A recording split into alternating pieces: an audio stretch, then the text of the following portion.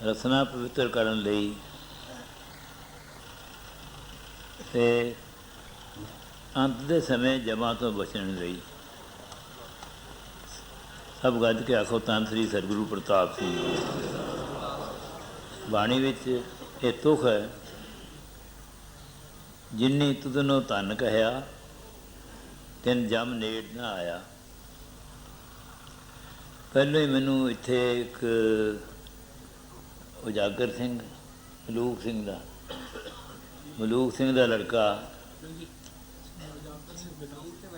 ਉਜਾਗਰ ਸਿੰਘ ਪਿਤਾ ਮਲੂਕ ਸਿੰਘ, ਉਹਦਾ ਦੇ ਜਦੋਂ 58 ਆਰਵੀ 'ਚ ਹੋਲਾ ਹੋਇਆ, ਉਦੋਂ ਥੋੜ੍ਹਾ ਜਿਹਾ ਚਿਰ ਪਹਿਲਾਂ ਦੀ ਉਹ ਗੱਲ ਹੈ, ਸਭ ਸਾਲ ਨਹੀਂ ਯਾਦ ਮੈਨੂੰ। ਉਹ ਅਜੇ ਜਿਉਂਦਾ ਹੈ ਮੇਰਾ ਖਿਆਲ, ਉਹਨੂੰ ਆਪ ਪੁੱਛ ਲਿਓ ਤੁਸੀਂ। ਉਹ ਕਹਿੰਦਾ ਕਿ ਮੈਂ ਨਾਮ ਸਿਮਰਨ ਕਰਦਾ ਸਾਂ ਘੰਟਾ, ਅਤੇ ਭਜਨ ਬਾਣੀ ਛੱਡ ਦਿੱਤਾ। ਕੋਈ ਸਮਾਂ ਬਤੀਤ ਹੋਇਆ, ਮੈਨੂੰ ਬੁਖਾਰ ਹੋ ਗਿਆ। ਬੁਖਾਰ ਇੰਨਾ ਜ਼ੋਰ ਨਾਲ ਹੋਇਆ ਕਿ ਮੇਰੇ ਹੋਸ਼ ਹਵਾਸ਼ ਗੁੰਮ ਹੋ ਗਏ, ਅਤੇ ਘਰਦਿਆਂ ਨੂੰ ਫਿਕਰ ਪੈ ਗਿਆ ਕਿ ਮੈਂ ਇਸ ਸੰਸਾਰ ਤੋਂ ਚਲਾ ਗਿਆ, ਅਤੇ ਸੱਚੀ ਮੁੱਚੀ ਚਲਾ ਗਿਆ ਸਾਂ ਮੈਂ। ਕਹਿੰਦਾ ਜਿਸ ਵੇਲੇ ਮੇਰਾ ਜੀਵ ਆਤਮਾ ਸਰੀਰ 'ਚੋਂ ਨਿਕਲਿਆ ਅਤੇ ਮੈਨੂੰ ਜਮਦੂਤਾਂ ਨੇ ਫੜ ਕੇ 2 ਡੰਡੇ ਮਾਰੇ ਮੈਨੂੰ, ਅਤੇ ਉਸ ਤੋਂ ਬਾਅਦ ਇਹ ਸਾਰਾ ਕੁਝ ਜੋ ਵਰਤਿਆ ਉਹਦੇ ਨਾਲ, ਉਹਦੇ ਘਰ ਦੇ ਕੋਲ ਹੀ ਬੈਠੇ ਸਨ। ਉਹਨੂੰ ਨਹੀਂ ਪਤਾ ਵੀ ਕੌਣ ਆਏ ਸੀ ਅਤੇ ਕਿਹਨਾਂ ਨੇ ਡੰਡੇ ਮਾਰੇ। ਨਾ ਖੜਕਾ ਸੁਣਿਆ, ਨਾ ਉਹਨਾਂ ਨੇ ਬੰਦੇ ਦੇਖੇ ਨੇ। ਫਿਰ ਉਹ ਕਹਿੰਦਾ ਕਿ ਮੈਂ ਸਤਿਗੁਰਾਂ ਦਾ ਨਾਂ ਲਿਆ ਅਤੇ ਉਹਨਾਂ ਨੇ ਮੈਨੂੰ ਛੱਡਿਆ। ਫਿਰ ਇੱਕ ਗੰਦੇ ਜਿਹੇ ਪਾਣੀ ਵਿੱਚ ਇੱਕ ਖੜਲ ਜਿਹੀ ਸੀ, ਉੱਥੇ ਭੂਤ ਪ੍ਰੇਤ ਚੜੇਲਾਂ, ਕਈ ਆਦਮੀਆਂ ਦੇ ਨੇ ਹੈ ਨਹੀਂ, ਪਰ ਬਾਣੀ ਵਿੱਚ ਲਿਖਿਆ ਕਈ ਕੋਟ ਭੂਤ ਪ੍ਰੇਤ ਸੂਕਰ ਮਿਰਗਾਚ। ਉਹਨਾਂ ਨੇ ਫੜ ਲਿਆ। ਅਤੇ ਫਿਰ ਸੰਤ ਆਲਾ ਸਿੰਘ ਹੋਰੀ ਆਏ ਨੇ। ਸੰਤ ਆਲਾ ਉਹਨਾਂ ਨੇ ਆਖਿਆ ਭਈ ਬਾਹਰ ਨਿਕਲ। ਉਹਨਾਂ ਨੂੰ ਵੇਖ ਕੇ ਨਾ ਸਾਰੇ, ਕਿਸੇ ਨੇ ਆਖਿਆ ਆਲਾ ਸਿੰਘ ਆ ਗਿਆ, ਕਿਸੇ ਨੇ ਆਖਿਆ ਸੰਤ ਆ ਗਏ ਨੇ, ਕਿਸੇ ਨੇ ਆਪਣੇ ਆਪਣੇ ਮੂੰਹ ਅਨੁਸਾਰ, ਆਪਣੀ ਇੱਛਾ ਅਨੁਸਾਰ ਜੋ ਕੁਛ ਆਖਿਆ, ਉਹ ਸਾਰੇ ਭੱਜ ਗਏ ਨੇ। ਅਤੇ ਮੈਂ ਉਹਨੂੰ ਆਖਿਆ ਵੀ ਤੂੰ ਟੋਏ 'ਚੋਂ ਬਾਹਰ ਨਿਕਲ। ਉਹ ਕਹਿੰਦਾ ਕਿ ਮੈਂ ਬਾਹਰ ਕਿਸ ਤਰ੍ਹਾਂ ਨਿਕਲਾਂ, ਮੇਰੇ ਕੋਲ ਡੂੰਘਾ ਬੜਾ ਨਿਕਲਿਆ ਨਹੀਂ ਜਾਂਦਾ। ਫਿਰ ਉਹਨਾਂ ਨੇ ਹੱਥ ਆਪਣਾ ਫੜਾਇਆ ਅਤੇ ਆਖਿਆ ਇਸ ਟੋਏ ਵਿੱਚ ਪੈਰ ਰੱਖ ਕੇ ਮੇਰੇ ਖਿੱਚ ਕੇ ਬਾਹਰ ਕੱਢਿਆ ਮੈਨੂੰ। ਸੰਤਾਂ ਦੱਸਿਆ ਕਿ ਸਤਿਗੁਰਾਂ ਨੇ ਮੈਨੂੰ ਭੇਜਿਆ ਤੇਰੇ ਵਾਸਤੇ। ਤਾਂ ਮੈਨੂੰ ਨਾਲ ਲੈ ਗਏ ਨੇ। ਨਾਲ ਲਿਜਾ ਕੇ ਸੱਚੇ ਪਾਤਸ਼ਾਹ ਬੈਠੇ ਨੇ, ਸੰਤ ਗਿਆਨਾ ਸਿੰਘ ਹੋਰੀ ਚੌਰ ਕਰਦੇ ਨੇ, ਅਤੇ ਉੱਥੇ ਇੱਕ ਪਾਣੀ ਨਹੀਂ ਹੈਗਾ, ਖਾਲ ਸੁੱਕਾ ਹੈ। ਅਤੇ ਮੈਨੂੰ ਕਹਿੰਦੇ ਤੂੰ ਕਿਸ ਤਰ੍ਹਾਂ ਆ ਗਿਆ ਇੱਥੇ? ਮੈਂ ਕਿਹਾ ਜੀ ਪਹਿਲਾਂ ਮੈਨੂੰ ਪਾਣੀ ਪਿਆਓ, ਤੇਜ਼ ਬੜੀ ਲੱਗੀ ਹੈ। ਸਤਿਗੁਰਾਂ ਨੇ ਹੁਕਮ ਕੀਤਾ, ਉਸ ਖਾਲ 'ਚ ਪਾਣੀ ਆ ਗਿਆ, ਮੈਂ ਪੀਤਾ। ਫਿਰ ਸਤਿਗੁਰਾਂ ਨੇ ਆਖਿਆ ਵੀ ਤੂੰ ਵੇਖ ਲੈ, ਨਾਮ ਸਿਮਰਨ ਘੰਟਾ ਛੱਡ ਦਿੱਤਾ ਹੈ ਨਾ, ਇਹ ਦੁੱਖ ਪ੍ਰਾਪਤ ਹੋਇਆ ਤੈਨੂੰ। ਹੁਣ ਤੇਰੀ ਅਜੇ ਵਾਰੀ ਨਹੀਂ, ਤੂੰ ਵਾਪਸ ਚਲਾ ਜਾ। ਉਹ ਫਿਰ ਉੱਥੋਂ ਵਾਪਸ ਆ ਗਿਆ। ਉਹਦੇ ਦੱਸਣ ਮੁਤਾਬਕ ਉਹ ਕਹਿੰਦਾ ਵੀ ਮੈਂ ਜਦੋਂ ਮੇਰਾ ਸਰੀਰ ਦੇ ਵਿੱਚ ਜੀਵ ਆਤਮਾ ਆ ਗਿਆ ਅਤੇ ਮੈਂ ਵੇਖਿਆ ਮੇਰੇ ਲੱਕ 'ਤੇ ਜਿੱਥੇ ਡੰਡੇ ਵੱਜੇ ਸਨ ਪੀੜ ਹੁੰਦੀ ਹੈ, ਅਤੇ 2 ਨੀਲ ਪਏ ਨੇ। ਮੇਰਾ ਸਿਰਫ ਕਹਿਣ ਤੋਂ ਮਤਲਬ ਇਹ ਹੈ ਕਿ ਜਿਨੀ ਤੁਧਨੋਂ ਧਨ ਕਹਿਆ ਤਿਨ ਜਮ ਨੇੜ ਨਾ ਆਇਆ। ਉਹ ਇਸ ਤਰ੍ਹਾਂ ਬਚਿਆ। ਇੱਕ ਸਰਜੀਤ ਸਿੰਘ ਕੜਾਮ ਦਾ, ਜਿਹੜਾ ਕੋਹੜਾਮ ਨਹੀਂ, ਕੜਾਮ ਹੈ ਪਟਿਆਲੇ ਦੇ ਕੋਲ, ਉੱਥੇ ਰਹਿੰਦਾ, ਪਿੱਛੋਂ ਜ਼ਿਲ੍ਹਾ ਸਿਆਲਕੋਟ ਦਾ। ਉਹ ਵੀ ਇਸ ਤਰ੍ਹਾਂ ਮਾਸ ਸ਼ਰਾਬ ਖਾਣ ਪੀਣ ਲੱਗ ਪਿਆ, ਸਾਧ ਸੰਗਤ 'ਚ ਆਉਣਾ ਜਾਣਾ ਛੱਡ ਦਿੱਤਾ, ਅਤੇ ਉਹਦੇ ਨਾਲ ਵੀ ਇਸ ਤਰ੍ਹਾਂ ਦਾ ਹੀ ਕਾਰਾ ਵਰਤਿਆ। ਭਈ ਉਹਦਾ ਜੀਵ ਆਤਮਾ ਸਰੀਰ 'ਚੋਂ ਨਿਕਲ ਗਿਆ, ਅਤੇ ਸਤਿਗੁਰਾਂ ਨੇ ਉਹਨੂੰ ਜਮਦੂਤਾਂ ਤੋਂ ਛਡਾਇਆ। ਨਾਲ ਆਖਿਆ ਵੀ ਤੂੰ ਕੁੜੀ ਖੁੱਲ੍ਹਿਆਂ ਦੇ ਮੰਗ ਦਿੱਤੀ ਹੈ, ਤੂੰ ਸਾਧ ਸੰਗਤ ਨਹੀਂ ਜਾਂਦਾ, ਮੇਲਾ ਨਹੀਂ ਕਰਾਇਆ, ਤੂੰ ਖਾਣ ਪੀਣ ਲੱਗ ਪਿਆ। ਆਂਦਾ ਇਹੋ ਜਿਹਾ ਮਨ ਕਠੋਰ ਬਣਿਆ। ਉੱਥੇ ਵੀ ਨਹੀਂ ਆਖਿਆ ਵੀ ਮੈਂ ਭੁੱਲ ਗਿਆ, ਜਦੋਂ ਮਨ ਕਠੋਰ ਹੋ ਜਾਏ ਨਾ ਤੇ ਇਸ ਤਰ੍ਹਾਂ ਦਾ ਬਣ ਜਾਂਦਾ ਵੀ ਸਾਹਮਣੇ ਵੀ ਕੋਈ ਚੀਜ਼ ਕਰਕੇ ਖਾ ਦੇ ਤਾਂ ਨਹੀਂ ਮੰਨਦਾ। ਕਹਿੰਦੇ ਨੇ ਕਿ ਹਜ਼ਰਤ ਮੁਹੰਮਦ ਸਾਹਿਬ ਜਿਹੜੇ ਨਾ, ਉਹਨਾਂ ਦਾ ਇੱਕ ਰਿਸ਼ਤੇਦਾਰ ਸੀ, ਮੇਰਾ ਖਿਆਲ ਅਬੂ ਜੇਲ ਉਹਦਾ ਨਾਂ ਸੀ, ਅਤੇ ਉਹ ਨਹੀਂ ਸੀ ਮੰਨਦਾ। ਉਹ ਕਹਿੰਦਾ ਸੀ ਵੀ ਐਵੇਂ ਵਾਧੂ ਗੱਲਾਂ ਨੇ। ਉਹਨਾਂ ਆਖਿਆ ਮੈਂ ਤਾਂ ਮੰਨਾਂਗਾ, ਸੜੀ ਖਜੂਰ ਮੇਰੇ ਹੱਥ ਵਿੱਚ ਹੈ, ਇਹ ਉੱਗ ਪਵੇ, ਇਹ ਵੱਡੀ ਸਾਰੀ ਹੋ ਜਾਏ, ਇਹਨੂੰ ਫਲ ਲੱਗਣ ਅਤੇ ਮੇਰੇ ਮੂੰਹ 'ਚ ਡਿੱਗੇ, ਮੈਂ ਖਾਵਾਂ ਫਿਰ ਮੰਨਾਂਗਾ। ਇਹ ਸਾਰਾ ਕੁਛ ਹੋ ਗਿਆ ਸਾਧ ਸੰਗਤ ਜੀ, ਉਹ ਨਹੀਂ ਮੰਨਿਆ। ਫਿਰ ਵੀ ਬਾਣੀ 'ਚ ਲਿਖਿਆ, ਤੀਨ ਬਾਰ ਪਤੀਆ ਪਰ ਲੀਨਾ, ਮਨ ਕਠੋਰ ਅਜ ਹੂੰ ਨਾ ਪਤੀਨਾ। ਉਹ ਸੁਰਜੀਤ ਸਿੰਘ ਦਾ ਮਨ ਨਾ ਮੰਨਿਆ, ਸੱਚੇ ਪਾਤਸ਼ਾਹ ਚਲੇ ਗਏ। ਫਿਰ ਉਹਨਾਂ ਨੇ ਫੜ ਲਿਆ ਜਮਦੂਤਾਂ ਨੇ, ਫਿਰ ਉਹਨੇ ਯਾਦ ਕੀਤਾ ਸਤਿਗੁਰਾਂ ਨੂੰ, ਫਿਰ ਸਤਿਗੁਰਾਂ ਨੇ ਦਰਸ਼ਨ ਦਿੱਤੇ ਅਤੇ ਆਖਿਆ ਜੀ ਮੈਂ ਭੁੱਲ ਗਿਆ, ਮੈਂ ਜਿਸ ਤਰ੍ਹਾਂ ਹੁਕਮ ਹੋਏਗਾ ਉਸ ਤਰ੍ਹਾਂ ਮੰਨਾਂਗਾ। ਫਿਰ ਉਹ ਵਾਪਸ ਆਇਆ ਆਪਣੇ ਸਰੀਰ ਵਿੱਚ, ਅਤੇ ਡਾਕਟਰ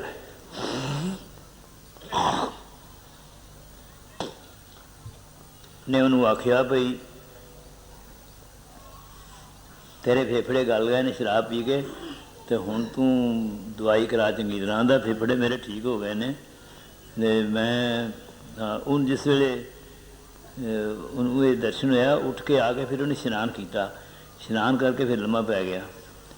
ਫਿਰ ਡਾਕਟਰ ਆਇਆ ਅਤੇ ਉਹਨੇ ਆਖਿਆ ਵੀ ਤੂੰ ਫੇਫੜੇ ਗਲ ਗਏ ਨੇ ਤੇਰੇ, ਤੂੰ ਹੁਣ ਸ਼ਰਾਬ ਨਾ ਪੀਵੇਂ ਅਤੇ ਇਲਾਜ ਕਰਾ। ਉਹਨੇ ਆਖਿਆ ਫੇਫੜੇ ਮੇਰੇ ਠੀਕ ਨੇ, ਮੈਂ ਨੰਬਰਦਾਰ ਹਾਂ, ਮੈਂ ਜਾ ਕੇ ਮਾਮਲਾ ਕਰਾਉਣਾ। ਅਤੇ ਇਹ ਕਾਰਨ ਸਾਰਾ ਜਿਹੜਾ ਹੈ ਨਾ, ਜਗਤ ਨੂੰ ਰਚਣ ਵਾਲਾ ਜਿਹੜਾ, ਉਹਦੇ ਸਾਰੇ ਕਾਰਨ ਬਣਾਏ ਨੇ, ਉਹ ਸਾਰੇ ਭੁਗਤਦਾ ਹੈ ਅਤੇ ਉਹ ਕਰਵਾਉਂਦਾ ਸਾਰਾ ਕੁਛ, ਮਨ ਦੇ ਵਿੱਚ ਵਿਚਾਰ ਲਿਆਉਂਦਾ ਉਸੇ ਤਰ੍ਹਾਂ ਦੇ ਜਿਸ ਤਰ੍ਹਾਂ ਦੇ ਉਹ ਚਾਹੁੰਦਾ, ਨਾ ਕਿਸੇ ਦਾ ਵੀ ਲਾ ਦਿੰਦਾ। ਮੇਰੇ ਵਾਸਤੇ ਬੜਾ ਕੁਛ ਆਖਿਆ ਗਿਆ, ਪਰ ਮੈਂ ਤੁਹਾਨੂੰ ਇਹ ਠੀਕ ਦੱਸਦਾ ਕਿ ਮੇਰੇ 'ਚ ਇਹ ਯੋਗਤਾ ਨਹੀਂ। ਪਰ ਜਿਹੜਾ ਧੰਨੇ ਦੇ ਨੱਕੇ ਛੱਡ ਸਕਦਾ, ਜਿਹੜਾ ਤਰਲੋਚਨ ਦੇ ਕਾਰਨ ਨੌਕਰੀ ਕਰ ਸਕਦਾ ਆ ਕੇ, ਉਹ ਸਾਰਿਆਂ ਦੇ ਆਪਣੇ ਰੂਪ ਧਾਰ ਕੇ ਜਿਸ ਤਰ੍ਹਾਂ ਵੀ ਮਰਜ਼ੀ ਵਿਖਾ ਸਕਦਾ। ਉਹ ਸੁਰਜੀਤ ਸਿੰਘ ਜਿਹੜਾ ਨਾ, ਉਹ ਆਇਆ ਵਾਪਸ, ਜਦੋਂ ਸਰੀਰ 'ਚ ਉੱਠ ਕੇ ਘਰ ਚਲਾ ਗਿਆ। ਅੰਮ੍ਰਿਤਸਰ ਹੋਲਾ ਸੀ, ਮੈਨੂੰ ਇਹ ਨਹੀਂ ਯਾਦ ਪਹਿਲਾਂ ਕਿ ਦੂਜਾ ਸੀ। ਇੱਥੇ ਆ ਕੇ ਉਹਨੇ ਨਾ ਇੱਕ ਬੰਦੇ ਨੂੰ ਘੱਲਿਆ ਵੀ ਜਾ ਕੇ ਮੇਲੇ ਦਾ ਵਕਤ ਲੈ ਕੇ ਆ। ਸਤਿਗੁਰਾਂ ਨੇ, ਗੁਰੂ ਪ੍ਰਤਾਪ ਸਿੰਘ ਸੱਚੇ ਪਾਤਸ਼ਾਹ ਨੇ ਹੁਕਮ ਦਿੱਤਾ ਵੀ ਮੇਲਾ ਤੂੰ ਨਹੀਂ ਕੀਤਾ। ਅਪਾਰ ਸਿੰਘ ਉਹਦਾ ਰਿਸ਼ਤੇਦਾਰ ਹੈ, ਉਹ ਉੱਥੇ ਆਇਆ ਮਸਤਾਨਗੜ੍ਹ। ਮੈਂ ਪੌੜੀਆਂ ਉਤਰਦਾ ਸਾਂ, ਮੇਲਾ ਬੜਾ ਭੀੜ ਬੜੀ ਸੀ, ਅਤੇ ਉਹਨੇ ਆਖਿਆ, ਉਹਨੇ ਅਰਜ਼ ਕਰਨ ਵਾਸਤੇ ਆਇਆ, ਮੈਂ ਹਟ ਜਾ ਪਰੇ, ਮੇਰੇ ਕੋਲ ਟਾਈਮ ਨਹੀਂ ਹੈਗਾ, ਵਕਤ ਨਹੀਂ ਹੈਗਾ ਗੱਲ ਸੁਣਨ ਦਾ। ਉਹ ਚਲਾ ਗਿਆ। ਸਾਧ ਸੰਗਤ ਜੀ, ਉਹਨੂੰ ਰਾਤ ਨੂੰ ਫਿਰ ਸੁਪਨਾ ਆਇਆ ਸੁਰਜੀਤ ਸਿੰਘ ਨੂੰ, ਤੂੰ ਫਿਰ ਮੇਲਾ ਕਿਉਂ ਨਹੀਂ ਲੈ ਕੇ ਆਇਆ? ਉਹਨੇ ਆਖਿਆ ਉਹ ਤਾਂ ਗੱਲ ਨਹੀਂ ਸੁਣਦਾ। ਸਤਿਗੁਰਾਂ ਆਖਿਆ ਵੀ ਤੂੰ ਕਿਸੇ ਨੂੰ ਕਿਉਂ ਘੱਲਿਆ, ਆਪ ਜਾ। ਮੈਂ ਉਹੀ ਗੱਲ ਜਿਹੜੀ ਤੈਨੂੰ ਆਖੀ ਸੀ ਨਾ, ਵੀ ਇਹ ਕਾਰਨ ਤਾਂ ਸਤਿਗੁਰੂ ਬਣਾਉਂਦਾ, ਉਹ ਆਪਣੀ ਇੱਛਾ ਅਨੁਸਾਰ ਕਿਸੇ ਦੇ ਮਨ 'ਚ ਕੋਈ ਚੀਜ਼ ਲਿਆ ਦਿੰਦਾ। ਧਰਤੀ 'ਤੇ ਆਕਾਸ਼ ਚੜਾਵਾ, ਚੜ੍ਹੇ ਆਕਾਸ਼ ਗਿਰਾਵਾ, ਭੇਖਾਰੀ 'ਤੇ ਰਾਜ ਕਰਾਵਾ, ਰਾਜਾ 'ਤੇ ਭੇਖਾਰੀ, ਉਹਦੀ ਇੱਛਾ ਹੈ। ਸਤਿਗੁਰਾਂ ਨੇ ਉਹ ਕਿਰਪਾ ਕੀਤੀ, ਉਹਨੂੰ ਰਾਤ ਨੂੰ ਫਿਰ ਸੁਪਨਾ ਆਇਆ, ਅਤੇ ਤੂੰ ਆਪ ਜਾ ਕੇ ਕਿਉਂ ਨਹੀਂ ਆਉਂਦਾ? ਸਾਧ ਸੰਗਤ ਜੀ, ਉਹ ਆਪ ਮੇਰੇ ਕੋਲ ਆਇਆ। ਮੈਨੂੰ ਤਾਂ ਬੜੀ ਪੁਰਾਣੀ ਗੱਲ ਯਾਦ ਨਹੀਂ, ਜਿਸ ਤਰ੍ਹਾਂ ਉਹ ਦੱਸਦਾ। ਉਹ ਆਪ ਆਇਆ ਮੇਰੇ ਕੋਲ ਅਤੇ ਮੈਨੂੰ ਮਿਲ ਪਿਆ। ਆਉਂਦੇ ਹੀ ਮੈਂ ਉਹਨੂੰ ਆਖਿਆ ਵੀ ਬਲਕਾਰ ਸਿੰਘ ਸੇਵਕ ਸੀ, ਮੈਂ ਫਲਾਣੇ ਦਿਨ ਕੱਟ ਕੇ ਨਾ ਇਹਨੂੰ ਮੇਲਾ ਦੇ ਦਿਓ। ਅਤੇ ਇਹ ਸਾਰਾ ਕਾਰਨ ਆਪ ਅਕਾਲ ਪੁਰਖ ਬਣਾਉਂਦਾ, ਉਹਦੀ ਇੱਛਾ ਅਨੁਸਾਰ ਸਾਰਾ ਬਣਦਾ। ਪਰ ਉਹਦਾ ਹੋਣਾ ਬਹੁਤ ਜ਼ਰੂਰੀ ਹੈ। ਸਾਡੇ 'ਤੇ ਉਹਦੀ ਮੋਹਰ ਲੱਗਣੀ, ਸਾਡੇ ਗਲ ਉਹਦਾ ਪਟਾ ਪਿਆ ਹੋਵੇ, ਅਤੇ ਕਹਿੰਦੇ ਨੇ ਪਟੇ ਵਾਲੇ ਕੁੱਤੇ ਨੂੰ ਕੋਈ ਜ਼ਹਿਰ ਨਹੀਂ ਦਿੰਦਾ। ਅਸੀਂ ਨਾਮਧਾਰੀ ਖਵਾਉਂਦੇ ਹਾਂ, ਨਾਮ ਕਿੰਨਾ ਕੁ ਸਾਡੇ ਕੋਲ ਜਪਿਆ ਜਾਂਦਾ। ਮੈਨੂੰ ਇਸ ਤਰ੍ਹਾਂ ਜਾਪਦਾ ਜਿਸ ਤਰ੍ਹਾਂ ਨਾ ਕੋਈ ਬਹੁਤ ਮਾੜਾ ਜਿਹਾ ਆਦਮੀ ਹੋਵੇ ਅਤੇ ਉਹਨੂੰ ਮੁਖਾਲ ਨਾਲ ਆਖਣ ਭਲਵਾਨ ਜੀ। ਅਤੇ ਸਾਡੀ ਇਹ ਹਾਲਤ, ਇੱਥੇ ਸਾਡੇ ਵਾਸਤੇ ਹੁਕਮ ਹੈ ਕਿ ਦਿਨ ਰਾਤੀ ਅਰਾਧੋ ਪਿਆਰੋ, ਨਿਮਖ ਨਾ ਕੀਜੈ ਢੀਲਾ। ਉੱਥੇ 1 ਘੰਟਾ ਵੀ ਸਾਡੇ ਵਾਸਤੇ ਬੜਾ ਮੁਸ਼ਕਿਲ ਹੈ, ਉਹ ਬਹੁਤ ਜ਼ਰੂਰੀ ਹੈ। ਸਤਿਗੁਰਾਂ ਨੇ ਕਿੰਨੀ ਛੋਟ ਕੀਤੀ ਹੈ ਕਿ 1 ਘੰਟਾ ਨਾਮ ਸਿਮਰਨ ਜੇ ਕਰੋਗੇ ਤਾਂ ਸਤਿਗੁਰੂ ਰਾਮ ਸਿੰਘ, ਸਤਿਗੁਰੂ ਪ੍ਰਤਾਪ ਸਿੰਘ ਦੀ ਜ਼ਿੰਮੇਵਾਰੀ ਸਾਡੇ 'ਤੇ ਆ ਜਾਂਦੀ ਹੈ। ਮੈਂ ਇੱਥੇ ਸੁਣਿਆ ਸ਼ਾਇਦ ਹਰਪਾਲ ਸਿੰਘ ਨੇ ਆਖਿਆ ਸੀ ਕੋਈ ਭਰਪੂਰ ਸਿੰਘ ਹੋਰੀ ਜਿਹੜੇ ਖਿਲਾਫ ਸਾਡੇ ਖਿਲਾਫ ਬੋਲਦੇ ਜਾਂ ਲੈਕਚਰ ਕਰਦੇ ਜਾਂ ਲਿਖਦੇ ਸਨ, ਮੈਂ ਇਹਨਾਂ ਦੇ ਲੇਖ ਵਿੱਚੋਂ ਅਜੇ ਤੱਕ ਕਿਸੇ ਵੀ ਮਹਾਂਪੁਰਖ ਦੇ ਖਿਲਾਫ ਰਾਧਾ ਸੁਆਮੀਆਂ ਦੇ ਜਾਂ ਕਿਸੇ ਦੇ ਵੀ ਮੈਂ ਨਹੀਂ ਪੜ੍ਹਿਆ। ਹੋ ਸਕਦਾ ਮੇਰੀ ਨਿਗਾਹ 'ਚ ਨਾ ਆਇਆ ਹੋਵੇ ਵੀ ਇਹਨਾਂ ਨੇ ਇਸ ਤਰ੍ਹਾਂ ਦੀ ਗੱਲ ਕੀਤੀ ਹੋਵੇ।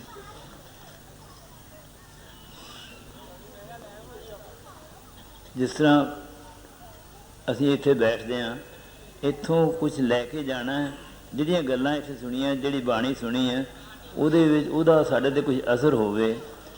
ਜੇ ਇਸ ਗੱਲ ਦਾ ਹੀ ਅਸਰ ਹੋ ਜਾਏ, ਏਕ ਭਗਤ ਭਗਵਾਨ ਜੇ ਪ੍ਰਾਣੀ ਕੈ ਨਾਹਿ ਮਨ, ਜੈਸੇ ਸੂਕਰ ਸਵਾਨ ਨਾਨਕ ਮਾਨੋ ਤਾਹੇ ਤਨ। ਅਤੇ ਫਿਰ ਸਾਨੂੰ ਡਰ ਆਏਗਾ ਵੀ ਅਸੀਂ ਜੇ ਭਜਨ ਨਹੀਂ ਕਰਦੇ ਨਾ ਤਾਂ ਸੂਰਾਂ ਅਤੇ ਕੁੱਤਿਆਂ ਵਰਗੇ ਹਾਂ। ਉਹਨਾਂ ਨੂੰ ਜਦੋਂ ਅਸੀਂ ਵੇਖੀਏ ਤਾਂ ਸਾਨੂੰ ਯਾਦ ਆ ਜਾਏ ਵੀ ਅਸੀਂ ਇਸ ਤਰ੍ਹਾਂ ਦੇ ਹਾਂ। ਇਹ ਵੀ ਬੜੀ ਚੰਗੀ ਗੱਲ ਜੇ ਇਸ ਤਰ੍ਹਾਂ ਹੋ ਜਾਏ ਤਾਂ ਸਾਡਾ ਮਨ ਉਹ ਪਾਸੇ ਲੱਗ ਜਾਵੇ। ਇੱਕ ਬਾਣੀ ਵਿੱਚ ਬਹੁਤ ਥਾਈਂ ਜਿਸ ਤਰ੍ਹਾਂ ਲਿਖਿਆ, ਜਿਨ ਮਸਤਕ ਤੁਰ ਹਰ ਲਿਖਿਆ ਤੇ ਨਾ ਸਤਿਗੁਰ ਮਿਲਿਆ ਰਾਮ ਰਾਜੇ, ਤੁਰ ਕਰਮ ਜਿਨ੍ਹਾਂ ਕੋ ਤੁਧ ਪਾਇਆ ਤਾਂ ਤਿੰਨ ਹੀ ਖਸਮ 'ਤੇ ਆਇਆ। ਇਹਦੇ ਵਿੱਚ ਜਦੋਂ ਮਨ ਹੁੰਦਾ ਨਾ ਕਮਜ਼ੋਰੀ ਵਾਲਾ, ਅਤੇ ਫਿਰ ਅਸੀਂ ਇਹੋ ਹੀ ਸਮਝਦੇ ਹਾਂ ਵੀ ਇਹ ਤਾਂ ਸਤਿਗੁਰੂ ਨੇ ਕਰਨਾ, ਸਾਡਾ ਤਾਂ ਕੰਮ ਨਹੀਂ ਹੈ। ਪਰ ਇਹ ਗੱਲ ਨਹੀਂ। ਇੱਕ ਆਦਮੀ ਕੱਤਕ ਵਿੱਚ ਕਣਕ ਬੀਜਦਾ ਅਤੇ ਅੱਜ ਕੱਲ੍ਹ ਉਹ ਵੱਢਦਾ ਆ ਕੇ। ਜਿਸ ਵੇਲੇ ਉਹਨੂੰ ਵੱਢਦੇ ਨੂੰ ਵੇਖੀਏ ਅਤੇ ਫਿਰ ਅਸੀਂ ਔਖੇ ਹੋ ਜਾਂਦੇ ਵੀ ਮੇਰੇ ਕੋਲ ਕਣਕ ਕਿਉਂ ਨਹੀਂ, ਮੈਂ ਕੱਤੇ 'ਚ ਬੀਜੀ ਤਾਂ ਹੈ ਨਹੀਂ।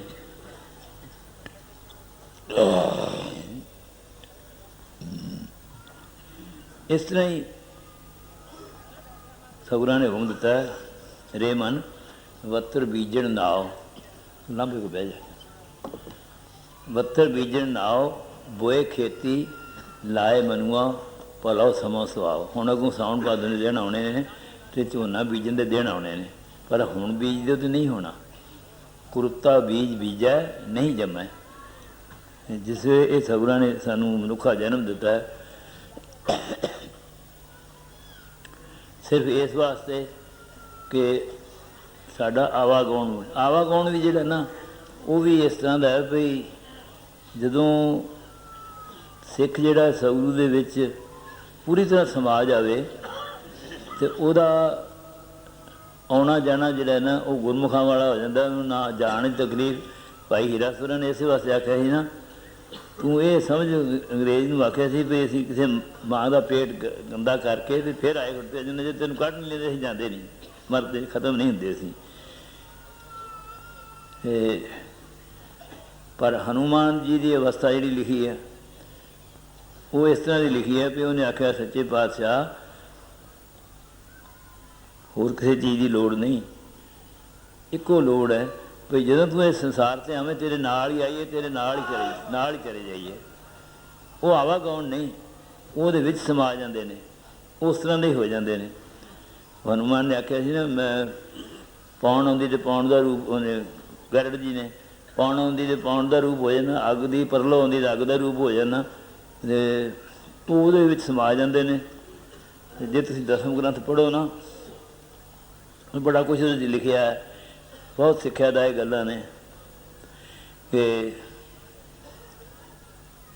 ਰਾਕਸ਼ਸ ਜਿਹੜੇ ਸਨ ਨਾ, ਉਹ ਜਿਹੜੇ ਤੀਰ ਮਾਰਦੇ ਸਨ, ਉਹ ਅਕਾਲ ਪੁਰਖ ਨਾਲ ਜਿਸ ਵੇਲੇ ਜੰਗ ਹੋਇਆ ਨਾ, ਆਖਰੀ ਸਤਸੰਗ ਦਾ ਜਿਹੜਾ ਚਰਿੱਤਰ ਲਿਖਿਆ ਉਹਦੇ 'ਚ ਲਿਖਿਆ ਹੈ ਕਿ ਜਿਹੜਾ ਤੀਰ ਮਾਰਦੇ ਸਨ ਉਹਦੇ ਵਿੱਚ, ਕਿਉਂਕਿ ਤੀਰ ਜਿਹੜਾ ਬਣਿਆ ਜਿਸ ਲੋਹੇ ਦਾ, ਉਹ ਲੋਹਾ ਆਪ ਹੀ ਹੈ ਸਾਰਾ, ਉਹ ਹਰ ਇੱਕ ਚੀਜ਼ ਆਪ ਹੀ ਹੈ ਸਾਰਾ, ਉਹਦੇ ਵਿੱਚ ਜਾ ਕੇ ਸਮਾ ਜਾਂਦਾ ਸੀ, ਉਹਦਾ ਪਤਾ ਹੀ ਨਹੀਂ ਸੀ ਲੱਗਦਾ। ਜੇ ਕੋਈ ਵੀ ਸ਼ਸਤਰ ਚੱਲਦਾ ਸੀ, ਜਿੱਥੇ ਦੁਰਗਾ ਨਾਲ ਜੰਗ ਉੱਥੇ ਵੀ ਲਿਖਿਆ ਫੂਲ ਮਾਲ ਹੋਏ ਗਏ, ਉਹ ਮਾਲਾ ਦੇ ਫੁੱਲਾਂ ਦੇ ਮਾਲਾ ਬਣ ਕੇ ਪੈ ਜਾਂਦੇ ਸਨ, ਅਤੇ ਉਹ ਬੜੇ ਅਚਰਜ ਹੁੰਦੇ ਸਨ ਦੈਤ ਜਿਹੜੇ ਸਨ। ਸੋ ਉਹ ਅਵਸਥਾ ਜਿਹੜੀ ਹੈ ਹਨੂੰਮਾਨ ਦੀ, ਉਹ ਆਵਾਗਾਉਣ ਵਾਲੀ ਨਹੀਂ ਹੈ, ਜਾਣ ਆਉਣੀ ਉਹ ਵੀ, ਪਰ ਉਹਦੇ ਨਾਲ ਹੈ। ਜੇਲ੍ਹ ਵਿੱਚ ਕੈਦੀ ਵੀ ਹੁੰਦੇ ਨੇ, ਸੁਬਨਡ ਵੀ ਜੇਲ੍ਹ 'ਚ ਜਾਂਦਾ, ਲੇਕਿਨ ਉਹਨਾਂ ਦੀ ਆਪਣੀ ਆਪਣੀ ਹਾਲਤ ਵੱਖਰੀ ਹੈ।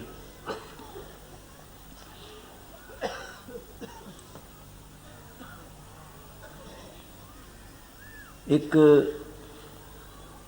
ਖਾਹਿਸ਼ ਹੈ ਸਾਡੀ ਜਿਹੜੀ, ਉਹ ਇਸ ਤਰ੍ਹਾਂ ਦੀ ਬਣ ਜਾਂਦੀ ਹੈ ਜਿਹੜੀ ਸਾਨੂੰ ਆਪਣੇ ਰਾਹ ਤੋਂ ਲਾਂਭੇ ਕਰ ਦਿੰਦੀ ਹੈ। ਇੱਕ ਖਾਹਿਸ਼ ਉਹ ਹੈ ਜਿਹੜੀ ਸਾਨੂੰ ਇਸ ਸੰਸਾਰ ਦੇ ਜੋ ਕੁਛ ਕਰਨ ਵਾਸਤੇ ਆਏ ਹਾਂ ਉਹਦੇ ਵੱਲ ਨੂੰ ਪ੍ਰੇਰਦੀ ਹੈ। ਇੱਕ ਰੁਲਦੂ ਸਿੰਘ ਜੀ, ਕੱਲ੍ਹ ਵੀ ਦੱਸਿਆ ਹੀ, ਪਤਾ ਮੈਂ ਅੱਗੇ ਕਿਸੇ ਦਿਨ ਦੱਸਿਆ, ਇੱਕ ਰੁਲਦੂ ਸਿੰਘ ਜੀ ਸਵਾਜਪੁਰ ਦੇ ਹੋਏ ਨੇ। ਉੱਥੇ ਮਨ ਵਿੱਚ ਉਹਨਾਂ ਦੇ ਵਿਚਾਰ ਆਇਆ ਕਿ ਮੈਂ ਭਜਨ ਲਵਾਂ ਅਤੇ ਸੰਸਾਰ ਤੋਂ ਪਾਰ ਉਤਾਰਾ ਕਰਾਂ। ਉਹ ਸੰਤ ਜਮੀਤ ਸਿੰਘ ਹੋਰੀ ਗਿੱਲਾਂ ਵਾਲੇ ਜਿਹੜੇ ਸਨ, ਉਹ ਬੜੇ ਉਹਨਾਂ ਦਿਨਾਂ 'ਚ ਮੰਨੇ ਪ੍ਰਮੰਨੇ ਸਾਧੂ ਸਨ।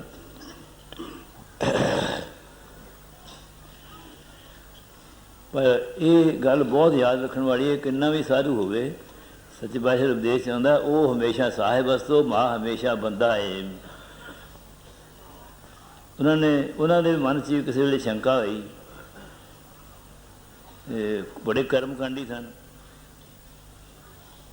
ਸਤਿਗੁਰੂ ਰਾਮ ਸਿੰਘ ਨੇ ਆਖਿਆ ਵੀ ਬਖਸ਼ ਵੱਡੀ ਚੀਜ਼ ਹੈ। ਬਖਸ਼ਿਸ਼ ਜਿਹੜੀ ਹੈ ਨਾ, ਇਹੋ ਜਿਹੀ ਚੀਜ਼ ਹੈ ਜਿਹੜੀ ਤੁਸੀਂ ਜਾਓ ਅਤੇ ਤੁਸੀਂ ਰੋਟੀ ਖਾਣੀ ਹੈ, ਹੋਟਲ 'ਤੇ ਪੈਸੇ ਦਿਓ, ਮੁੱਲ ਲਓ, ਪਰ ਜਿਹੜਾ ਤੁਹਾਨੂੰ ਬਖਸ਼ ਦਿੰਦਾ ਬਗੈਰ ਪੈਸਿਆਂ ਤੋਂ, ਉਹਨਾਂ ਨੇ ਉਸ ਨੇ ਬਖਸ਼ੀਸ਼ ਕੀਤੀ, ਇਸ ਤਰ੍ਹਾਂ ਕੀਤਾ। ਉਹਨਾਂ ਦੇ ਮਨ ਵਿਚਾਰ ਆਇਆ ਕਿ ਉਹ ਫਿਰ ਸੰਤ ਜਮੀਤ ਸਿੰਘ ਉਹਨਾਂ ਕੋਲ ਗਏ। ਸੰਤ ਜਮੀਤ ਸਿੰਘ ਹੋਣੀ ਜਿਹੜੇ ਸਨ, ਜਦੋਂ ਉਹਨਾਂ ਦੇ ਮਨ 'ਚ ਇਸ ਤਰ੍ਹਾਂ ਦੀ ਗੱਲ ਆਈ ਅਤੇ ਉਹ ਕਈ ਦਿਨ ਇਸ ਤਰ੍ਹਾਂ ਦੇ ਵਿਚਾਰ ਰਹੇ। ਇੱਕ ਦਿਨ ਫਿਰ ਉਹਨਾਂ ਨੇ ਕੀਤੀ, ਬਖਸ਼ਿਸ਼ ਕਿਰਪਾ ਕੀਤੀ, ਅਤੇ ਉਹ ਕਮਾਦ ਵੱਢਿਆ ਹੋਇਆ ਸੀ, ਜਿਹਦੇ ਕਲਪੇ ਜਾਂ ਜਿਹੜੇ ਥੱਲੇ ਜਿਹੜੇ ਟੁਕੜੇ ਸਨ, ਮੁੱਢ ਸਨ ਜਿਹੜੇ ਉਹਦੇ, ਉਹ ਤਿੱਖੇ ਹੁੰਦੇ ਨੇ ਇੱਕ ਪਾਸਿਓਂ, ਉਹਦੇ ਵਿੱਚ ਭੱਜੇ ਫਿਰਨ ਅਤੇ ਜ਼ੋਰ ਜਦੋਂ ਦੇਖਣ ਸਤਿਗੁਰੂ ਸੱਚੇ ਪਾਤਸ਼ਾਹ ਮੈਂ ਭੁੱਲ ਗਿਆ ਬਖਸ਼ ਵੱਡੀ, ਮੈਂ ਭੁੱਲ ਗਿਆ ਬਖਸ਼ ਵੱਡੀ, ਲਹੂ ਨਿਕਲਦਾ ਪੈਰਾਂ ਵਿੱਚੋਂ, ਪਰ ਉਸ ਦੀ ਹਾਲਤ ਦਾ ਉਹਨਾਂ ਨੂੰ ਹੀ ਪਤਾ। ਜੇ ਉਹ ਸੰਤ ਜਿਹੜੇ ਸਨ ਜਮੀਤ ਸਿੰਘ ਹੋਰੀ, ਉਹਨਾਂ ਕੋਲ ਰੁਲਦੂ ਸਿੰਘ ਹੋਰੀ ਜਾਂਦੇ ਨੇ ਅਤੇ ਉਹਨਾਂ ਨੂੰ ਕਹਿੰਦੇ ਨੇ, ਸੰਤ ਜੀ ਮੈਨੂੰ ਨਾਮ ਦਿਓ। ਸੰਤਾਂ ਨੇ ਆਖਿਆ ਵੀ ਤੂੰ ਜਾ, 1 ਸਾਲ ਭਰ, ਬਹੁਤ ਧਿਆਨ ਨਾਲ ਸੁਣੋ ਗੱਲ, ਵੀ 1 ਸਾਲ ਭਰ ਬੈਠ ਜਾ ਕੇ ਅੰਮ੍ਰਿਤ ਵੇਲੇ ਇਸ਼ਨਾਨ ਕਰਕੇ ਤੈਨੂੰ ਆਪੇ ਨਾਮ ਮਿਲੇਗਾ। ਜਿਨ੍ਹਾਂ ਦੀ ਖਾਹਿਸ਼ ਹੈ ਨਾ, ਇਹ ਉਹਨਾਂ ਦੀਆਂ ਗੱਲਾਂ ਨੇ। ਉਹ ਪੰਡਤ ਜੀ ਆਉਂਦੇ ਨੇ, ਗੋਪਾਲ ਸਿੰਘ ਨੇ, ਕਈ ਵਾਰੀ ਜਦੋਂ ਆਦਮੀ ਜਾਂਦਾ ਨਾ, ਅਰਦਾਸ ਕਰਾਉਂਦਾ ਕਿ ਇਹ ਅਕਾਲ ਪੁਰਖ ਸੱਚੇ ਪਾਤਸ਼ਾਹ, ਮੈਂ ਤੇਰੇ ਦਰਬਾਰ ਆਇਆ, ਮੈਨੂੰ ਟਰੈਕਟਰ ਮਿਲ ਜਾਵੇ। ਜੇ ਤਾਂ ਉਹਨੂੰ ਟਰੈਕਟਰ ਨਹੀਂ ਮਿਲਿਆ ਤਾਂ ਵੀ ਉਹਨੇ ਤੁਰ ਜਾਣਾ, ਜੇ ਮਿਲ ਗਿਆ ਤਾਂ ਵੀ ਚੱਲ ਜਾਣਾ, ਉਹਦਾ ਇੱਥੋਂ ਤੱਕ ਹੀ ਕੰਮ ਹੈ, ਅਗਲੀ ਗੱਲ ਨਾਲ ਉਹਦਾ ਵਾਸਤਾ ਕੋਈ ਨਹੀਂ। ਮੈਨੂੰ ਪੁੱਤਰ ਮਿਲ ਜਾਏ, ਮੈਨੂੰ ਜ਼ਮੀਨ ਮਿਲ ਜਾਏ। ਪਰ ਉਹ ਇਸ ਤੋਂ ਉੱਚੇ ਹੋ ਕੇ ਉਹਨਾਂ ਨੇ ਆਖਿਆ ਵੀ ਮੈਨੂੰ ਨਾਮ ਦਿਓ। ਸੰਤਾਂ ਨੇ ਆਖਿਆ ਵੀ ਸਾਲ ਭਰ ਬੈਠ। ਸਾਧ ਸੰਗਤ ਜੀ ਸਾਲ ਭਰ ਬੈਠਦਾ ਰਿਹਾ, ਉਹਨੂੰ ਕੋਈ ਪ੍ਰਾਪਤੀ ਨਹੀਂ ਹੋਈ। 1 ਸਾਲ ਤੋਂ ਬਾਅਦ ਫਿਰ ਸੰਤਾਂ ਕੋਲ ਗਿਆ। ਸੰਤਾਂ ਆਖਿਆ 1 ਸਾਲ ਹੋਰ ਬੈਠ।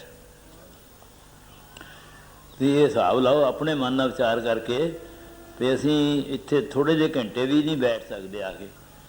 ਪਰ ਉਹ ਆਪਣਾ ਸਾਰਾ ਵਿਹਾਰ ਛੱਡ ਕੇ 1 ਸਾਲ ਘਰ ਬੈਠਾ। ਦੂਸਰੇ ਸਾਲ ਬੈਠਾ, ਫਿਰ ਵੀ ਪ੍ਰਾਪਤੀ ਨਹੀਂ ਹੋਈ। ਤੀਸਰੇ ਸਾਲ ਫਿਰ ਉਹਨਾਂ ਨੇ ਆਖਿਆ ਵੀ ਫਿਰ ਬੈਠ। ਜਦੋਂ ਫਿਰ ਬੈਠੇ, ਤੀਸਰੇ ਸਾਲ ਵਿੱਚ ਬੂਹੇ ਬੰਦ ਨੇ। ਸੰਤ ਜਮੀਤ ਸਿੰਘ ਹੋਰੀ ਉੱਥੇ ਆ ਕੇ ਪਹੁੰਚ ਗਏ ਨੇ। ਸੰਤਾਂ ਨੇ ਆਖਿਆ ਭਈ ਹੁਣ ਤੈਨੂੰ ਨਾਮ ਦੀ ਪ੍ਰਾਪਤੀ ਹੋਏਗੀ। ਅਤੇ ਉਹਨੂੰ ਭਜਨ ਦਿੱਤਾ, ਨਾਲ ਆਖਿਆ ਇਹ ਤੈਨੂੰ ਬਹੁਤ ਵਧੀਆ ਚੀਜ਼ ਦਿੱਤੀ ਹੈ, ਇਹਨੂੰ ਹੁਣ ਪਕਾ, ਇਹਦਾ ਅਭਿਆਸ ਕਰ। ਨਾਲ ਤੁਖ ਬੜੀ ਸੂਹੀ ਰਾਗ ਦੀ, ਭਾਂਡਾ ਧੋਏ ਬੈਸ ਧੂਪ ਦੇਵੋ ਤਉ ਦੁੱਧਾ ਕਹੋ ਜਾਵੋ। ਆਖਣਗੇ ਤੇਰਾ ਭਾਂਡਾ ਹੁਣ ਸਾਫ਼ ਹੋਇਆ, ਹੁਣ ਤੈਨੂੰ ਨਾਮ ਦੀ ਪ੍ਰਾਪਤੀ ਹੋਏਗੀ। ਭਜਨ ਦੇ ਕੇ ਉਹਨੂੰ ਪੱਕਾ ਕੀਤਾ। ਸਾਲ ਉਹ ਫਿਰ ਆਪਣੇ ਕੇਸ ਬੰਨ੍ਹ ਕੇ ਨਾ ਕਿੱਲੀ ਨਾਲ ਰਾਤ ਨੂੰ ਬਹਿ ਜਾਣਾ ਉਹਨਾਂ ਨੇ। ਜਦੋਂ ਨੀਂਦ ਆਉਣੀ, ਝਟਕਾ ਹੋ ਜਾਣਾ, ਫਿਰ ਉੱਠ ਕੇ ਬਹਿ ਜਾਣਾ। ਜਿਸ ਤਰ੍ਹਾਂ ਮਿਲਖਾ ਸਿੰਘ ਜਿਹੜਾ ਸੀ ਨਾ, ਉਹਨੇ ਮੈਨੂੰ ਆਪ ਦੱਸਿਆ, ਜਿਹੜਾ ਦੌੜਦਾ ਸੀ, ਕਿ ਮੈਂ ਭੱਜਦਾ ਥੱਕ ਕੇ ਡਿੱਗ ਪੈਂਦਾ ਹਾਂ, ਉੱਠ ਕੇ ਫਿਰ ਭੱਜਣ ਲੱਗ ਪੈਂਦਾ ਹਾਂ, ਫਿਰ ਡਿੱਗ ਪੈਂਦਾ ਹਾਂ, ਫਿਰ ਭੱਜਣ ਲੱਗ ਪੈਂਦਾ, ਤਾਂ ਮੈਂ ਆਪਣਾ ਦਮ ਪਕਾਇਆ ਇਸ ਤਰ੍ਹਾਂ ਦਾ। ਬੜੇ ਉੱਚੇ ਸਾਧੂ ਹੋਏ ਨੇ। ਉਹਨਾਂ ਦੇ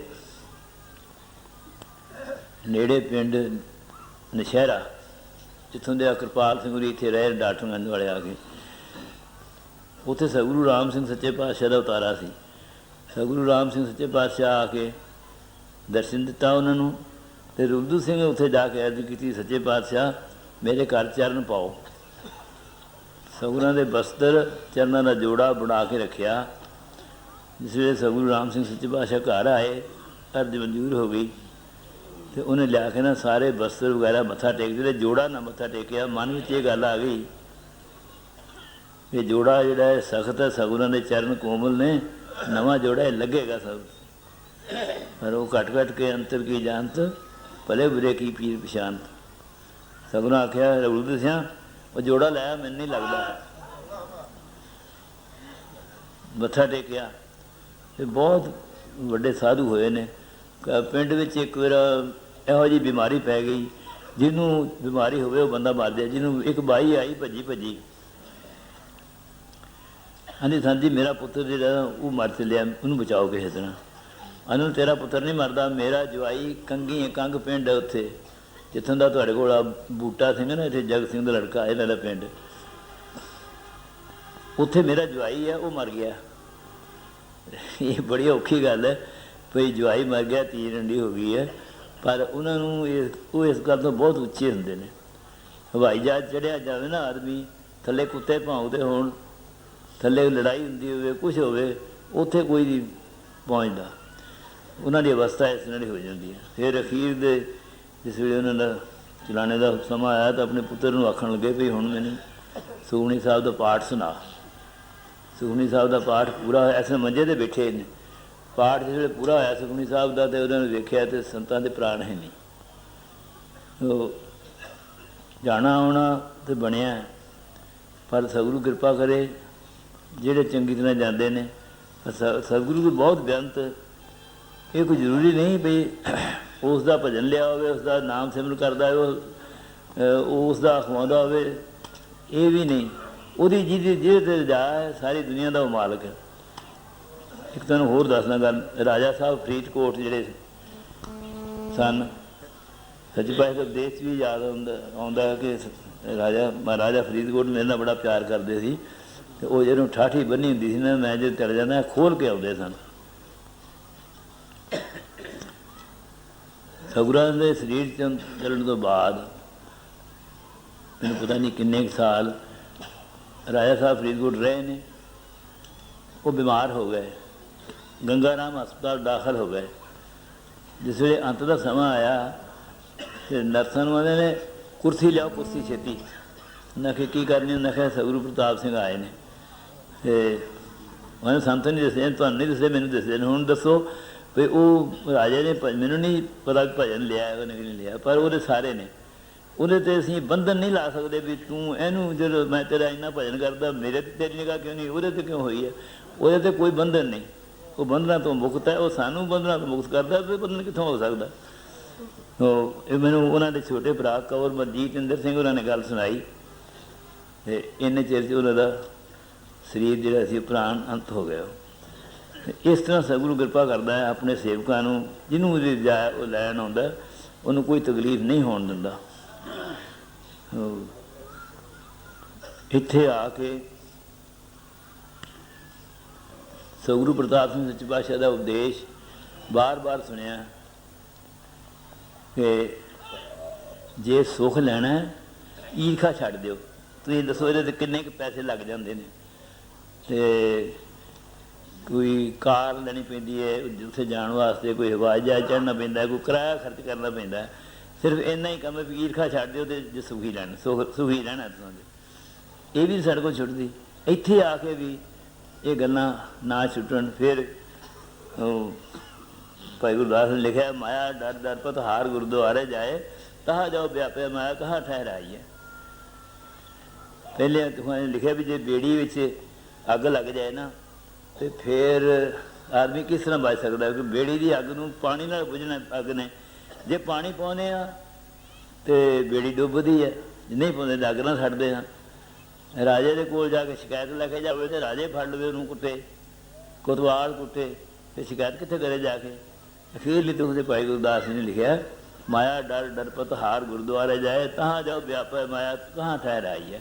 ਅਤੇ ਇਹ ਪਤਾ ਵੀ ਆਹ ਮਾਇਆ ਇਹਨੂੰ ਹਾਂ ਛੱਡਣਾ, ਤੇ ਇਹ ਮਾਇਆ ਇਨ ਮਾਇਆ ਜਗਦੀਸ਼ ਗੁਸਾਈ ਤੁਮਰੇ ਚਰਨ ਵਿੱਚ ਵਿਸਾਰੇ। ਇਹ ਮਾਇਆ ਜਿਤ ਮੋਹ ਉਪਜੈ, ਜਿਤ ਹਰ ਵਿਸਰੈ ਮੋਹ ਉਪਜੈ ਭਾਵ ਦੂਜਾ ਲਾਇਆ। ਇਹ ਇਹਨਾਂ ਤੁਕਾਂ ਦਾ ਵਿਚਾਰ ਕਰੋ। ਇੱਥੋਂ ਬਹਿ ਕੇ ਘਰ ਜਾ ਕੇ ਕਿਸੇ ਤੁਕ ਦੇ ਉੱਤੇ ਅਭਿਆਸ ਕਰੋ ਜਾ ਕੇ, ਤਾਂ ਕਿ ਸਾਡੀ ਜੀਵਨ ਯਾਤਰਾ ਸਫਲ ਹੋਵੇ। ਮੈਂ ਜਿਹੜਾ ਤੁਹਾਨੂੰ ਕੁਛ ਆਖਿਆ, ਜਿੰਨੀਆਂ ਚੰਗੀਆਂ ਗੱਲਾਂ ਨੇ ਇਹ ਸਾਰੀਆਂ ਸਤਿਗੁਰੂ ਦੀ ਕਿਰਪਾ ਨਾਲ ਅੰਦਰ ਆਉਂਦੀਆਂ ਨੇ ਤੇ ਸੁਣਨ ਦਾ ਸਮਾਂ ਮਿਲਦਾ। ਸਾਡੇ ਪੈਸੇ, ਸਾਡਾ ਮਨ, ਉਸ ਤਰ੍ਹਾਂ ਵੀ ਉਹਨਾਂ ਨੇ ਲਿਖਿਆ ਤਨ ਮਨ ਧਨ ਸਭ ਸੌਂਪ ਗੁਰ ਕੋ ਹੁਕਮ ਮੰਨਿਆ ਪਾਈਐ। ਅਤੇ ਜੇ ਮੱਥਾ ਟੇਕਦੇ ਹਾਂ ਅਤੇ ਹੁਕਮ ਨਹੀਂ ਮੰਨਦੇ ਅਤੇ ਰੋਜ਼ ਆਸਰੀਵਾਦ ਜਿਹੜਾ ਸੁਣਦੇ ਆ ਨਾ, ਸਲਾਮ ਜਵਾਬ ਦੋਵੈ ਕਰੇ ਮੁੰਡਾ ਕੁੱਥਾ ਜਾਏ, ਇਹ ਤੁਕ ਉਹਦੇ 'ਤੇ ਲਾਗੂ ਹੋਣੀ ਹੈ ਜਿਹੜਾ ਇਸ ਤਰ੍ਹਾਂ ਕਰਦਾ। ਉਹਦੇ 'ਤੇ ਉਮਰ ਦਾ ਹਿਸਾਬ ਨਹੀਂ, ਕਿਸੇ ਮਜ਼ਹਬ ਦਾ ਹਿਸਾਬ ਨਹੀਂ, ਕਿਸੇ ਹੋਰ ਗੱਲ ਦਾ ਹਿਸਾਬ ਨਹੀਂ। ਜਿਹੜਾ ਬੰਦਾ ਇਸ ਤਰ੍ਹਾਂ ਕਰਦਾ ਉਹਦੇ 'ਤੇ ਤੁਕ ਲਾਗੂ ਹੋ ਜਾਣੀ ਹੈ। ਉਹ ਦੋਵੇਂ ਚੀਜ਼ਾਂ ਨਿਸ਼ਫਲ ਜਾਂਦੀਆਂ ਨੇ। ਉਹ ਮਾਇਆ ਧਨ ਜਿਹੜਾ ਹੈ, ਤਨ ਮਨ ਧਨ ਸਭ ਸੌਂਪ ਸਰੀਰ ਸੋਈ ਸੁਹਾਗਣ ਕਹੈ ਕਬੀਰ। ਅਤੇ ਤੁਸੀਂ ਦਸਵੰਧ ਕੱਢਦੇ ਹੋ ਅਤੇ ਦਸਵੰਧ ਵੀ ਇਸ ਤਰ੍ਹਾਂ ਕੱਢਦੇ ਹੋ ਵੀ ਜੇ 1000 ਰੁਪਈਆ ਤਾਂ ਉਹਦੇ 5 ਰੁਪਏ ਦੇ ਕੇ ਇਹ ਦਸਵੰਧ ਕੱਢ ਦਿੱਤਾ। ਜਦੋਂ ਆਦਮੀ ਨੇ ਪੈਲੀ ਵਿੱਚ ਬੀਜ ਪਾਉਣਾ ਹੈ, ਉਸ ਵੇਲੇ ਤਾਂ ਕਸਾਰਾ ਕਰੇ ਅਤੇ ਵੱਢਣ ਵੇਲੇ ਸੋਚੇ ਵੀ ਮੈਂ ਬਹੁਤ ਸਾਰਾ ਫਸਲ ਵੱਢ ਲਵਾਂ, ਇਹ ਕਿਸ ਤਰ੍ਹਾਂ ਹੋ ਸਕਦਾ। ਸੋ ਦਸਵੰਧ ਦਿਆ ਕਰੋ। ਅਤੇ ਜਿਹੜੇ ਦਸਵੰਧ ਦੇ ਪੈਸੇ ਨੇ ਉਹ ਤੁਹਾਡੇ ਕਿਸੇ ਸਿਨੇਮੇ 'ਤੇ ਨਹੀਂ ਲੱਗਣੇ, ਵਕੀਲ 'ਤੇ ਨਹੀਂ ਲੱਗਣੇ, ਉਹ ਪੈਸੇ ਤੁਹਾਡੇ ਬਚ ਜਾਂਦੇ ਨੇ। ਇੱਕ ਪਾਠਾਂ ਵਾਸਤੇ ਤੁਹਾਨੂੰ ਅੱਗੇ ਵੀ ਅਰਜ਼ ਕੀਤੀ ਸੀ ਕਿ ਕਹਿ ਤਾਂ ਕੋਈ ਨਹੀਂ ਸਕਦਾ ਕਿ ਕਦੋਂ ਦਰਸ਼ਨ ਹੋਣੇ ਨੇ, ਪਰ ਸਤਿਗੁਰੂ ਪ੍ਰਤਾਪ ਸਿੰਘ ਸੱਚੇ ਪਾਤਸ਼ਾਹ ਦੇ ਉਪਦੇਸ਼ ਕਈ ਵਾਰੀ ਸੁਣਿਆ ਵੀ ਹੁਣ ਉਹ ਸਮਾਂ ਨੇੜੇ ਹੀ ਹੈ। ਨੇੜੇ ਜਿਹੜਾ ਉਹਦੀ ਕੋਈ ਕੋਹ ਜਾਂ ਕੋਈ ਵਕਤ ਨਹੀਂ ਗਿਣਿਆ ਹੋਇਆ।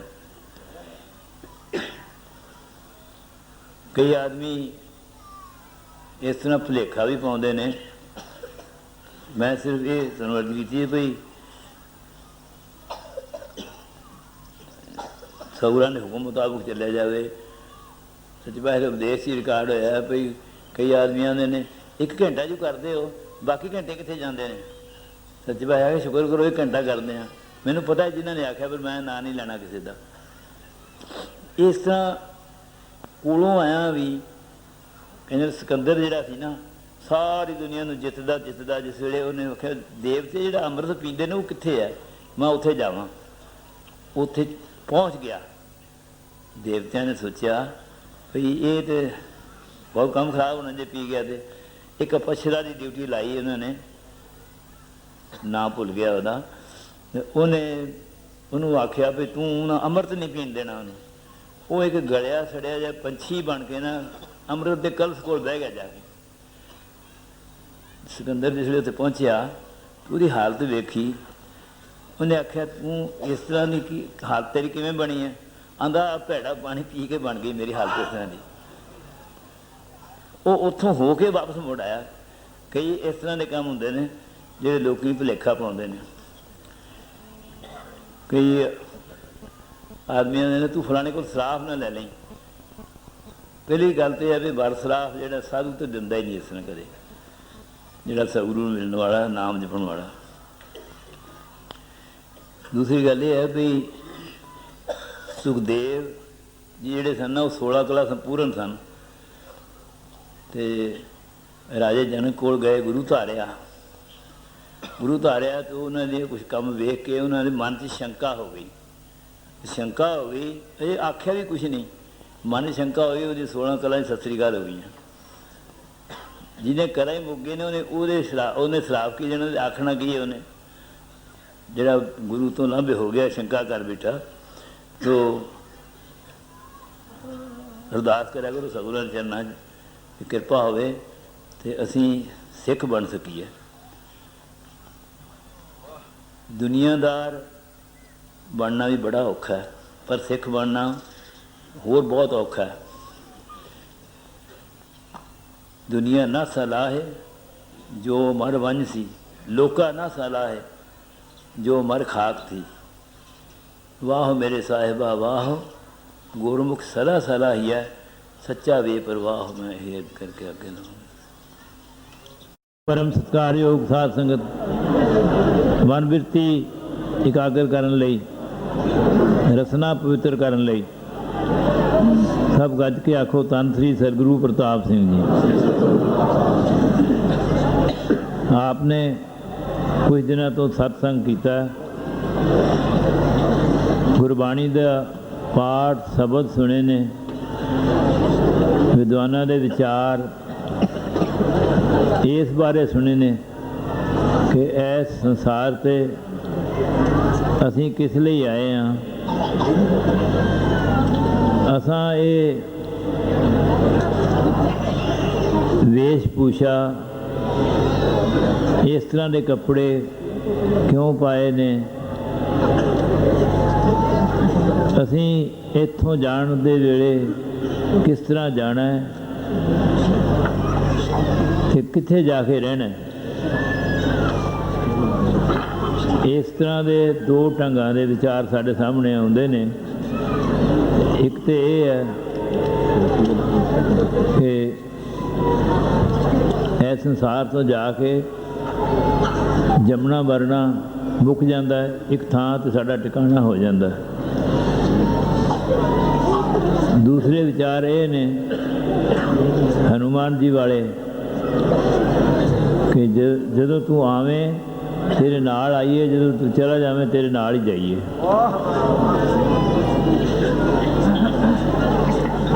इस तो बिना जिहड़े भी होर विचार ने वो साडी भटकना का कारण बनते हैं। वो विचार सानू गलत पासे ले जाते हैं। इस तरह होंदा है। भाई गुरदास जी ने लिखा कि काहू दिशा को पवन गवन का बरखा होए। एक पासों हवा चलती है तो बारिश आ जाती है। काहू दिशा को पवन बादल बिलात है। काहू जल पान किए राहत अरोग देही। एक जल पानी वो है छकिया शरीर नूं ताकत मिलती है, स्फूर्ति मिलती है। काहू जल पान किए राहत अरोग देही। काहू जल पान व्यापै बृथा बिलात है। एक इस ढंग का जल पानी भी छकिया जाता है जिस नाल पेट में दर्द होंदी है तो आदमी रोण लग पैंदा, फिर लाप करता है। काहू ग्रह की अगन पाक साक सिद्ध करे। घर दे विच अग बलदी है, ਉਹਦੇ ਵਿੱਚ ਅਸੀਂ ਪ੍ਰਸ਼ਾਦੇ ਪਕਾਉਂਦੇ ਹਾਂ, ਭਾਜਾ ਬਣਾਉਂਦੇ ਹਾਂ। ਪੰਡਿਤ ਗੋਪਾਲ ਸਿੰਘ ਜੀ ਆਂਦੇ ਹੁੰਦੇ ਨੇ ਕਿ ਜਿਹੜਾ ਪਕਵਾਨ ਬਣਾਉਣੇ ਨੇ, ਲੰਗਰ ਬਣਾਉਣਾ ਹੈ, ਇਹ ਅੱਗ ਦੇ ਉੱਤੇ ਬਾਗ ਲਾਉਣ ਵਰਗੀ ਗੱਲ ਹੈ। ਇੰਨੀਆਂ ਸੋਹਣੀਆਂ ਸੋਹਣੀਆਂ ਚੀਜ਼ਾਂ ਅੱਗ ਦੇ ਉੱਤੇ ਬਣਨੀਆਂ। काहू ग्रह की अगन पाक साक सिद्ध करे। काहू ग्रह की अगन भवन जरात है। दीवा बाल के रख दिता है, घर में सौ गए ने, चूहे ने बत्ती फड़ी है, रजाई च वड़ गया, उन्होंने अग लग गई, बाकी सारा घर सड़ गया। या इस तरह की होर कोई अनगहली हो गई है जिस नाल घर में अग लग जाती है। काहू ग्रह की अगन भवन जरात है। एक इस तरह की अग भी आंदे ने कि इस घर को आग लगी, इस घर के चिराग से। इस तरह ही चौथी तो हुई भाई गुरदास जी दसते हैं ਕਾਹੂ ਕੀ ਸੰਗਤ ਮਿਲ ਜੀਵਨ ਮੁਕਤ ਹੋਏ। ਇੱਕ ਉਹ ਹੈ ਸੰਗਤ ਜਿਹਨੂੰ ਮਿਲ ਕੇ ਕਈ ਆਦਮੀ ਨਾ ਅਖੀਰ 'ਤੇ ਬਿਮਾਰ ਜਦੋਂ ਜ਼ਿਆਦਾ ਹੋ ਜਾਂਦੇ ਕਹਿੰਦੇ ਨੇ ਮੁਕਤੀ ਦੇ ਦਿਓ, ਮਤਲਬ ਮਰ ਜਾਵਾਂ ਮੈਂ। ਅਤੇ ਬਾਣੀ ਵਿੱਚ ਜਿਹੜਾ ਸਗੁਰਾਂ ਦਾ ਫਰਮਾਨ ਹੈ, ਬੇਣੀ ਜੀ ਕਹਿੰਦੇ ਨੇ, ਬੇਣੀ ਕਹੈ ਸੁਨਾ ਉਰੇ ਸੰਤੋ ਮਾਰਨਾ ਮੁਕਤ ਕਹਿ ਭਾਈ।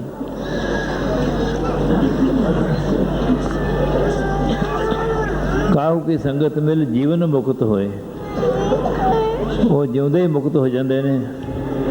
ਉਹਨਾਂ ਨੂੰ ਘਰ ਦਾ ਮੋਹ, ਦੁਨੀਆ ਦਾ ਲਾਲਚ, ਤ੍ਰਿਸ਼ਨਾ, ਇਹ ਸਾਰੀ ਮੁੱਕ ਜਾਂਦੀ ਹੈ। ਤ੍ਰਿਸ਼ਨਾ ਵਾਸਤੇ ਲਿਖਿਆ, ਇਹਨੂੰ ਕੁੱਤੀ ਵੀ ਲਿਖਿਆ। ਤ੍ਰਿਸ਼ਨਾ ਬਿਰਲੇ ਹੀ ਕੀ ਬੁਝੀ ਹੈ, ਕੋਟ ਜੋਰੇ ਲਾਖ ਕਰੋਰੇ, ਮਨ ਨਾ ਹੋ ਰਹਾ ਪਰਾ ਪਰਾ ਹੀ ਕੋ ਲੁਝੀ ਹੈ। ਤੁਸੀਂ ਸਤਿਗੁਰੂ ਪ੍ਰਤਾਪ ਸਿੰਘ ਸੱਚੇ ਪਾਤਸ਼ਾਹ ਦੇ ਉਪਦੇਸ਼ ਵਿੱਚ ਸੁਣਿਆ ਕਿ ਗੁਰੂ ਅਰਜਨ ਸੱਚੇ ਪਾਤਸ਼ਾਹ ਵੇਲੇ ਉਹਨਾਂ ਦੇ ਪਰਿਵਾਰ ਦੇ ਜੀ ਰਾਹ ਵਿੱਚ ਬਹਿ ਜਾਂਦੇ ਸਨ, ਗੁਰੂ ਅਰਜਨ ਕੋਲ ਆਉਣ ਨਹੀਂ ਸਨ ਦਿੰਦੇ। ਫਿਰ ਭਾਈ ਗੁਰਦਾਸ ਜੀ ਨੇ ਜਾ ਕੇ ਉਹਨਾਂ ਦਾ ਨਿਤਾਰਾ ਕੀਤਾ। ਇਹ ਉਹਨਾਂ ਦੀ ਰਜਾ ਹੈ। ਪਰ ਇਸ ਤਰ੍ਹਾਂ ਦੇ ਹਾਲਾਤ ਕਿਉਂ ਪੈਦਾ ਹੁੰਦੇ ਨੇ? ਤ੍ਰਿਸ਼ਨਾ ਕਰਕੇ ਹੁੰਦੇ ਨੇ, ਲਾਲਚ ਕਰਕੇ ਹੁੰਦੇ ਨੇ। ਜਿਹਦੇ ਵਾਸਤੇ ਲਿਖਿਆ ਲਾਲਚ ਛੱਡਾ ਹੋ ਅੰਧਿਓ ਲਾਲਚ ਦੁੱਖ ਭਾਰੀ। ਇੱਕ ਇਹਨਾਂ ਨੂੰ ਲਾਲਚ ਦੁੱਖ ਭਾਰੀ ਜਾਪਦਾ ਅਤੇ ਇੱਕ ਇਹਨਾਂ ਨੂੰ ਲਾਲਚ ਬੜਾ ਸਵਾਦ ਲੱਗਦਾ। ਕਾਹੂ ਕੀ ਸੰਗਤ ਮਿਲ ਜੀਵਨ ਮੁਕਤ ਹੋਏ। ਉਹ ਸੰਗਤ ਵਿੱਚ ਮਿਲਿਆ ਜਾਏ ਜਿਹਦੇ ਨਾਲ ਜੀਵਨ ਮੁਕਤ ਹੋਵੇ। ਪਰ ਦੂਸਰੇ ਪਾਸੇ ਹੈ ਕਾਹੂ ਕੀ ਸੰਗਤ ਮਿਲ ਜੰਮਪੁਰ ਜਾਤ ਹੈ। ਜਦੋਂ ਮਨ ਖਰਾਬ ਹੋਇਆ ਹੁੰਦਾ ਨਾ, ਉਹ ਕਹਿੰਦੇ ਨੇ ਜਿਹੜੇ ਸਿਗਰਟ ਪੀਣ ਵਾਲੇ ਨੇ ਨਾ, ਉਹਨਾਂ ਨੂੰ ਦੱਸਿਆ ਜਾਂਦਾ ਹੈ ਕਿ ਇਹਦੇ ਨਾਲ 70% ਆਦਮੀਆਂ ਨੂੰ ਕੈਂਸਰ ਹੋ ਜਾਂਦਾ। ਸਿਗਰਟ ਨਾ ਪੀਆ ਕਰੋ। ਜਿਹੜੇ ਉਹ ਕਾਹੂ ਕੀ ਸੰਗਤ ਮਿਲ ਜੰਮਪੁਰ ਜਾਣ ਵਾਲੇ ਹੁੰਦੇ ਨੇ ਨਾ, ਉਹਨਾਂ ਜਿਹੜੇ 30% ਬਚ ਜਾਂਦੇ ਨੇ, ਅਸੀਂ ਉਹ ਹਾਂ। ਇਹ ਕੀ ਪਤਾ ਉਹ ਹੈਗੇ ਨੇ ਕਿ ਨਹੀਂ ਹੈਗੇ, ਪਰ ਉਹਨਾਂ ਨੇ ਆਪਣੇ ਆਪ ਨੂੰ ਸੋਚ ਲਿਆ। ਇੱਕ ਆਦਮੀ, ਇੱਕ ਸਰੀਰ ਜਿਹੜਾ ਪੌਣੇ 3 ਮਣ ਦੇ ਕਰੀਬ ਵਜਨ ਸੀ, ਉਹਨੂੰ ਆਖਿਆ ਤੂੰ ਜਰਾ ਪਰਾਂ ਹੋ ਕੇ ਬਹਿ। ਉਹ ਆਂਦਾ ਵੇਖੋ ਮੈਂ ਇੱਕ ਗਿੱਠ ਥਾਂ ਵਿੱਚ ਬੈਠਾ, ਇੱਥੇ ਆਪਣੇ ਅੱਗੇ ਆਪੇ ਇੱਕ ਗਿੱਠ ਕਰਕੇ ਨਾ ਆਂਦਾ ਮੈਂ ਗਿੱਠ ਥਾਂ 'ਚ ਬੈਠਾ, ਕਿੰਨਾ ਸਾਰਾ ਇੱਧਰ ਅਤੇ ਕਿੰਨਾ ਸਾਰਾ ਉੱਧਰ ਹੈ। ਪਰ ਉਹਨੇ ਇਹ ਮੰਨ ਲਿਆ ਕਿ ਮੈਂ ਇਹ ਗਿੱਠ ਥਾਂ 'ਚ ਬੈਠਾ, ਜਿਹੜੀ ਮੈਂ ਗੱਲ ਆਖੀ ਹੈ ਠੀਕ ਹੈ। ਇਸ ਸੰਗਤ ਵਿੱਚ ਆ ਕੇ ਅਸਾਂ ਇਹ ਸਿੱਖਣਾ ਕਿ ਅਸਾਂ ਭਗਵਾਨ ਦੇ ਬੂਹੇ ਵਿੱਚ, ਸਤਿਗੁਰੂ ਦੇ ਦਰ, ਸਤਿਗੁਰਾਂ ਦੇ ਘਰ ਵਿੱਚ ਕਿਸ ਤਰ੍ਹਾਂ ਜਾਣਾ। ਬਾਣੀ ਵਿੱਚ ਇਸ ਤਰ੍ਹਾਂ ਲਿਖਿਆ, ਥੀ ਹੋ ਪਵਾਹੀ ਦੱਬ, ਜੇ ਸਾਈਂ ਲੋੜਾ ਸਭ। ਉਸ ਤਰ੍ਹਾਂ ਦੀ ਦੱਬ ਹੋ ਜਾ ਜੇ ਤੂੰ ਉਸ ਥਾਂ 'ਤੇ ਜਾਣਾ।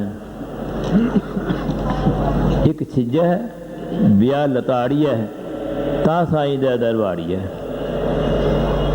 ਜਿਹਨੇ ਇਹ ਆਖਣਾ ਕਿ ਮੈਂ ਇੰਨੇ ਰੁਪਈਏ ਮੱਥਾ ਟੇਕੇ ਸੀ, ਮੈਂ ਇੰਨੇ ਹੋਲੇ ਕਰਾਏ, ਮੈਂ ਇੰਨੇ ਮੇਲੇ ਕਰਾਏ, ਉਹ ਉਹਨਾਂ ਵਿੱਚ ਆ ਜਾਂਦੇ ਨੇ ਜਿਹਨਾਂ ਨੂੰ ਆਖਿਆ ਜਾਂਦਾ ਹੈ ਕਿ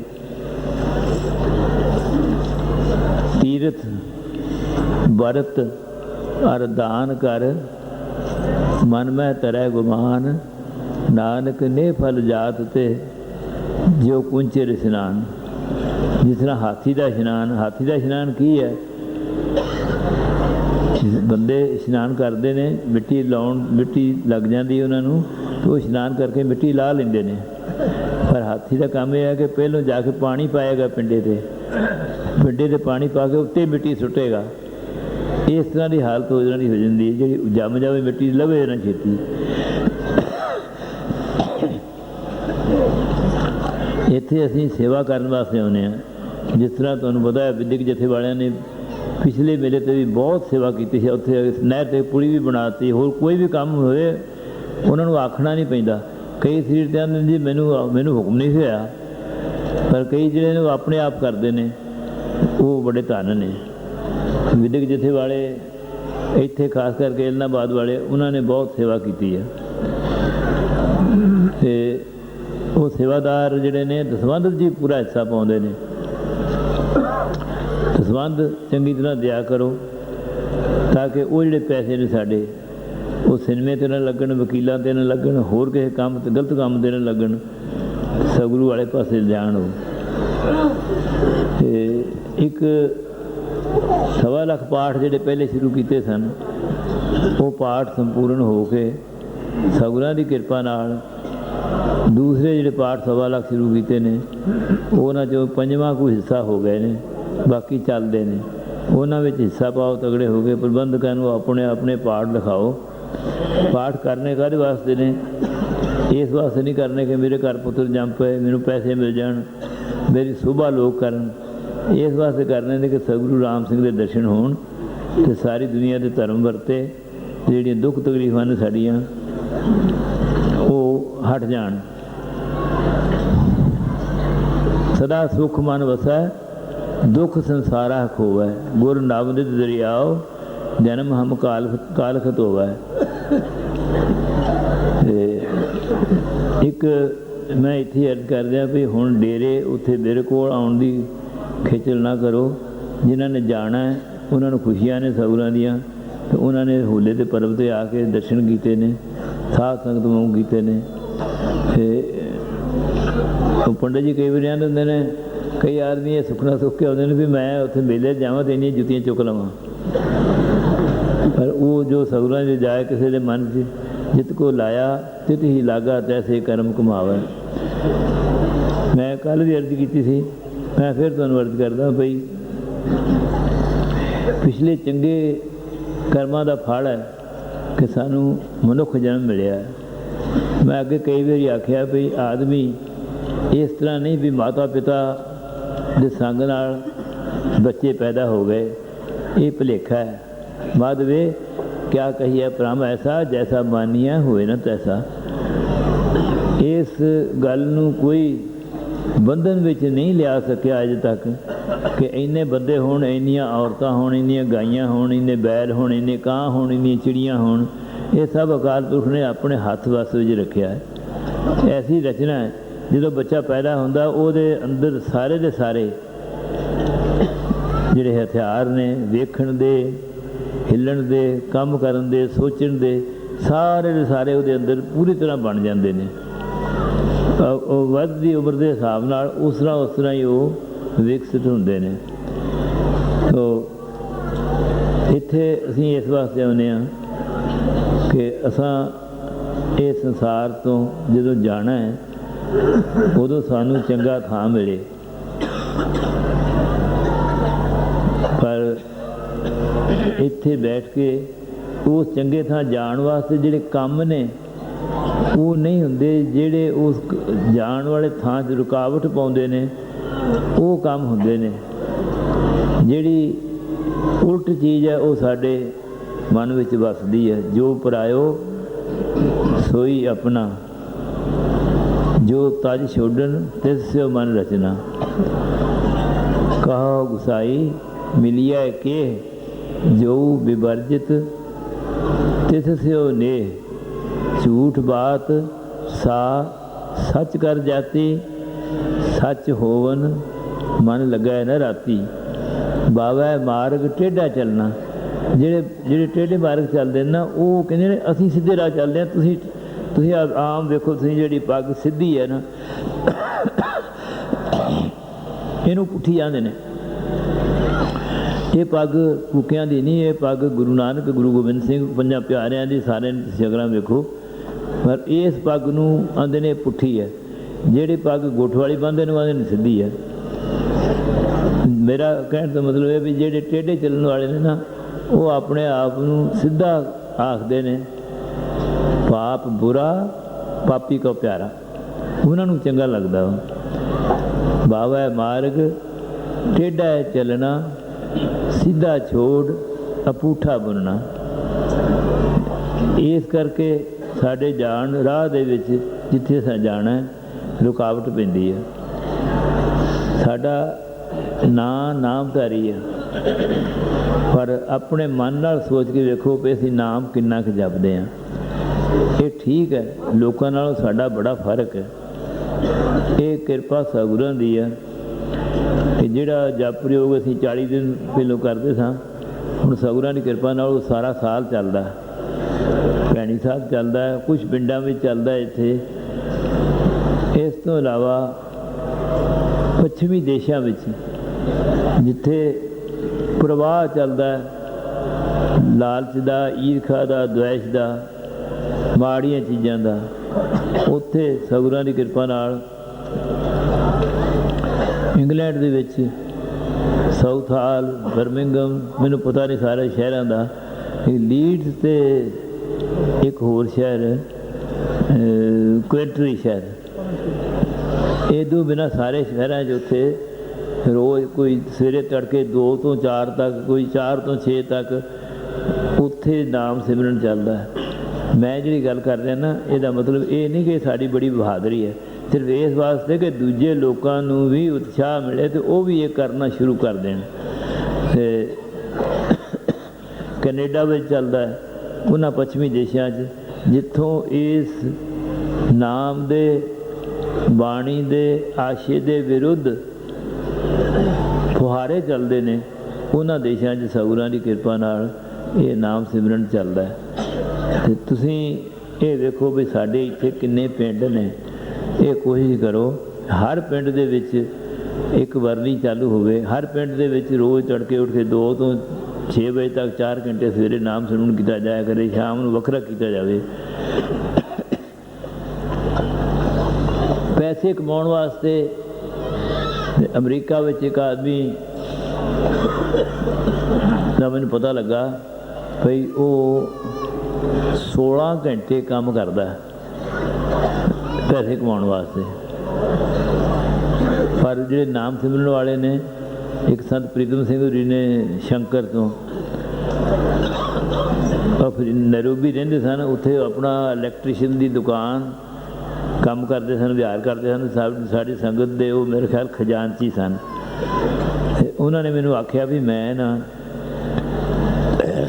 6 ਘੰਟੇ ਨਾਮ ਸਿਮਰਨ ਕਰਦਾ, ਮੇਰੇ ਟੱਬਰ ਨੂੰ ਬਿਠਾ ਕੇ ਆਖਿਓ ਮੇਰੇ ਨਾਲ ਸਾਥ ਦੇਣ। ਜਿਵੇਂ ਆਉਂਦੇ ਨੇ ਵੀ ਮੈਂ ਦੁਕਾਨ 'ਤੇ ਜਾਂਦਾ, ਮੇਰੇ ਟੱਬਰ ਦੇ ਜੀ ਜਿਹੜੇ ਨੇ ਉਹ ਇੱਧਰ ਉੱਧਰ ਤੁਰੇ ਫਿਰਦੇ ਨੇ, ਜੇ ਮੇਰੇ ਨਾਲ ਕੰਮ ਕਰਨ ਤਾਂ ਅਸੀਂ ਕਿੰਨੇ ਪੈਸੇ ਕਮਾ ਲਈਏ।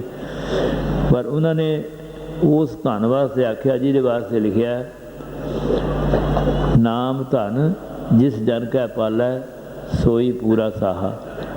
ਮੈਂ ਉਹਨਾਂ ਦੇ ਪਰਿਵਾਰ ਨੂੰ ਸੱਦ ਕੇ ਆਖਿਆ ਵੀ ਤੁਸੀਂ ਸੰਤਾਂ ਨਾਲ ਸਾਥ ਦਿਆ ਕਰੋ ਅਤੇ 6-6 ਘੰਟੇ ਨਾਮ ਸਿਮਰਨ ਸਾਰੇ ਕਰਿਆ ਕਰੋ। ਜਦੋਂ ਅਗਲੇ ਸਾਲ ਮੈਂ ਗਿਆ ਨਾ, ਆਉਂਦੇ ਨੇ ਗੱਲ ਇਹ ਹੈ ਵੀ ਦਿਹਾੜੀ ਤਾਂ 8 ਘੰਟੇ ਦੀ ਹੁੰਦੀ ਹੈ ਅਤੇ ਮੈਂ ਸਿਰਫ 6 ਘੰਟੇ ਹੀ ਕਰਦਾ, ਦਿਹਾੜੀ ਨਹੀਂ ਪੂਰੀ ਹੁੰਦੀ। ਅਤੇ ਹੁਣ ਮੇਰੇ ਟੱਬਰ ਨੂੰ ਆਖੋ ਮੇਰੇ ਨਾਲ 8 ਘੰਟੇ ਨਾਮ ਸਿਮਰਨ ਕਰਿਆ ਕਰਨ। ਕਿੰਨਾ ਕੁ ਹੁੰਦਾ, ਕਿੰਨਾ ਕੁ ਨਹੀਂ, ਲੇਕਿਨ ਇਹ ਰੀਝ ਹੈ, ਇਹ ਰਸਤਾ ਹੈ। ਜਿਹੜਾ ਆਦਮੀ ਤੁਰਦਾ ਹੈ ਉਹ ਕਿਸੇ ਨਾ ਕਿਸੇ ਤਰ੍ਹਾਂ ਪਹੁੰਚ ਜਾਂਦਾ। ਸੋ ਮੈਂ ਸਿਰਫ ਤੁਹਾਨੂੰ ਅਰਜ਼ ਕਰਨੀ ਵੀ ਆਪਣੇ ਆਪਣੇ ਪਿੰਡਾਂ ਵਿੱਚ, ਆਪਣੇ ਇਲਾਕੇ ਵਿੱਚ ਨਾਮ ਸਿਮਰਨ ਦਾ ਪ੍ਰਵਾਹ ਚਲਾਓ, ਪਰ ਇਹ ਚੰਗੀ ਤਰ੍ਹਾਂ ਚੇਤਾ ਰੱਖੋ ਕਦੇ ਇਹ ਦਿਲ ਵਿੱਚ ਗੱਲ ਨਾ ਆਏ ਕਿ ਮੈਂ ਨਾਮ ਸਿਮਰਨ ਕਰਦਾ। ਅਤੇ ਇਹ ਗੱਲ ਕੱਢ ਕੇ ਕਰੋ। ਜਿਸ ਤਰ੍ਹਾਂ ਤੁਸੀਂ ਦੁੱਧ ਲਿਆਉਂਦੇ ਹੋ ਚੁਆ ਕੇ, ਪਰ ਇਹ ਦੇਖਦੇ ਹੋ ਕਿ ਉਹਦਾ ਭਾਂਡਾ ਹੈ ਉਹਦੇ ਵਿੱਚ ਮਿੱਟੀ ਨਾ ਲੱਗੀ ਹੋਵੇ, ਉਹਦੇ 'ਚੋਂ ਕੋਈ ਪੁਰਾਣੀ ਕਿਸੇ ਚੀਜ਼ ਦੀ ਬੋ ਨਾ ਆਉਂਦੀ ਹੋਵੇ। ਵਸਤੂ ਅੰਦਰ ਵਸਤ ਸਮਾਵੈ ਦੂਜੀ ਹੋਵੇ ਪਾਸ, ਦੂਜੀ ਚੀਜ਼ ਕੱਢ ਦਿੱਤੀ ਜਾਵੇ ਵਿੱਚੋਂ। ਬਲਕਿ ਸਤਿਗੁਰਾਂ ਨੇ ਤਾਂ ਲਿਖਿਆ ਸੂਈ ਰਾਗ ਵਿੱਚ, ਭਾਂਡਾ ਧੋਏ ਬੈਸ ਧੂਪ ਦੇਵੋ ਤਉ ਦੁੱਧੈ ਕਉ ਜਾਵੋ। ਭਾਂਡੇ ਨੂੰ ਸਾਫ਼ ਕਰੋ, ਧੋ ਚੰਗੀ ਤਰ੍ਹਾਂ, ਫਿਰ ਸੁਕਾ ਕੇ ਉਹਦੇ ਵਿੱਚ ਸੁਗੰਧੀ ਪਾਓ, ਫਿਰ ਦੁੱਧ ਪਾਓ ਉਹਦੇ ਵਿੱਚ। ਇਹ ਆਪਣੇ ਭਾਂਡੇ ਦੇ ਵਿੱਚ ਇਹ ਨਾ ਆਵੇ ਕਿ ਮੈਂ ਨਾਮ ਸਿਮਰਨ ਕਰਦਾ, ਮੈਂ ਕਰਾਉਂਦਾ, ਮੇਰੇ ਆਖਿਆ ਕੁਛ ਹੁੰਦਾ। जब हम होते तब तुम नहीं, अब तू ही मैं नहीं। हौमै नावै नाल विरोध है, ਵਿਰੋਧ ਤਾਂ ਹੈਗਾ, ਪਰ ਆਉਂਦੀ ਉੱਥੇ ਹੀ ਹੈ ਜਿੱਥੇ ਨਾਮ ਜਪਦੇ ਨੇ। ਉਹ ਜਿਹੜਾ ਆਦਮੀ ਦੁਸ਼ਮਣ ਹੈ ਨਾ, ਉਹ ਉੱਥੇ ਪਹੁੰਚਦਾ ਜਿੱਥੇ ਉਹਦਾ ਦੁਸ਼ਮਣ ਉਹਨੂੰ ਜਾਪਦਾ। ਹਉਮੈ ਨਾਵੈ ਨਾਲ ਵਿਰੋਧ ਹੈ, ਦੋਏ ਨਾ ਬਸੈ ਇੱਕ ਠਾਏ। ਇਹ ਵਸ ਹੀ ਨਹੀਂ ਸਕਦੇ, ਦੋਵੇਂ ਇਕੱਠੇ ਨਹੀਂ ਰਹਿ ਸਕਦੇ। ਉਹ ਪੰਡਤ ਜੀ ਕਈ ਵਾਰ ਸੁਣਾਉਂਦੇ ਹੁੰਦੇ ਨੇ ਬਈ ਮੱਛਰ ਨੇ ਜਾ ਕੇ ਸ਼ਿਕਾਇਤ ਕੀਤੀ ਰੱਬ ਦੇ ਕੋਲ ਬਈ ਹਵਾ ਮੈਨੂੰ ਬਹੁਤ ਦੁਖੀ ਕਰਦੀ ਆ, ਅਤੇ ਉਹਨੇ ਆਖਿਆ ਚੰਗਾ ਬੁਲਾਓ। ਦੋਵਾਂ ਨੂੰ ਬੁਲਾ ਲਿਆ। ਮੱਛਰ ਆਖਣ ਲੱਗਾ ਜੇ ਹਵਾ ਨੂੰ ਬੁਲਾਉਣਾ ਤਾਂ ਫਿਰ ਮੈਂ ਤੇਰੇ ਕੋਲ ਨਹੀਂ ਖਲੋ ਸਕਣਾ। ਆਪਸ 'ਚ ਵਿਰੋਧ ਹੈ ਇਸ ਚੀਜ਼ ਦਾ। ਇਹਨੂੰ ਤਗੜੇ ਹੋ ਕੇ ਉਦਮ ਕਰਕੇ ਇਸ ਨੂੰ ਕੱਢ ਕੇ ਈਰਖਾ, ਦੁਐਸ਼, ਬਖੀਲੀ, ਚੁਗਲੀ, ਨਿੰਦਿਆ, ਇਹਨਾਂ ਤੋਂ ਬਚ ਕੇ। ਪਰ ਸਤਿਗੁਰਾਂ ਦੇ ਉਪਦੇਸ਼ ਵਿੱਚ ਤੁਸੀਂ ਕਈ ਵਾਰੀ ਸੁਣਿਆ ਕਿ ਗਿਆਨੀ ਧਿਆਨੀ ਗੁਣੀ ਧਨਾੜ ਨਾਮ ਜਪਤ ਘਰ ਘਰ ਮੈਂ ਆੜ।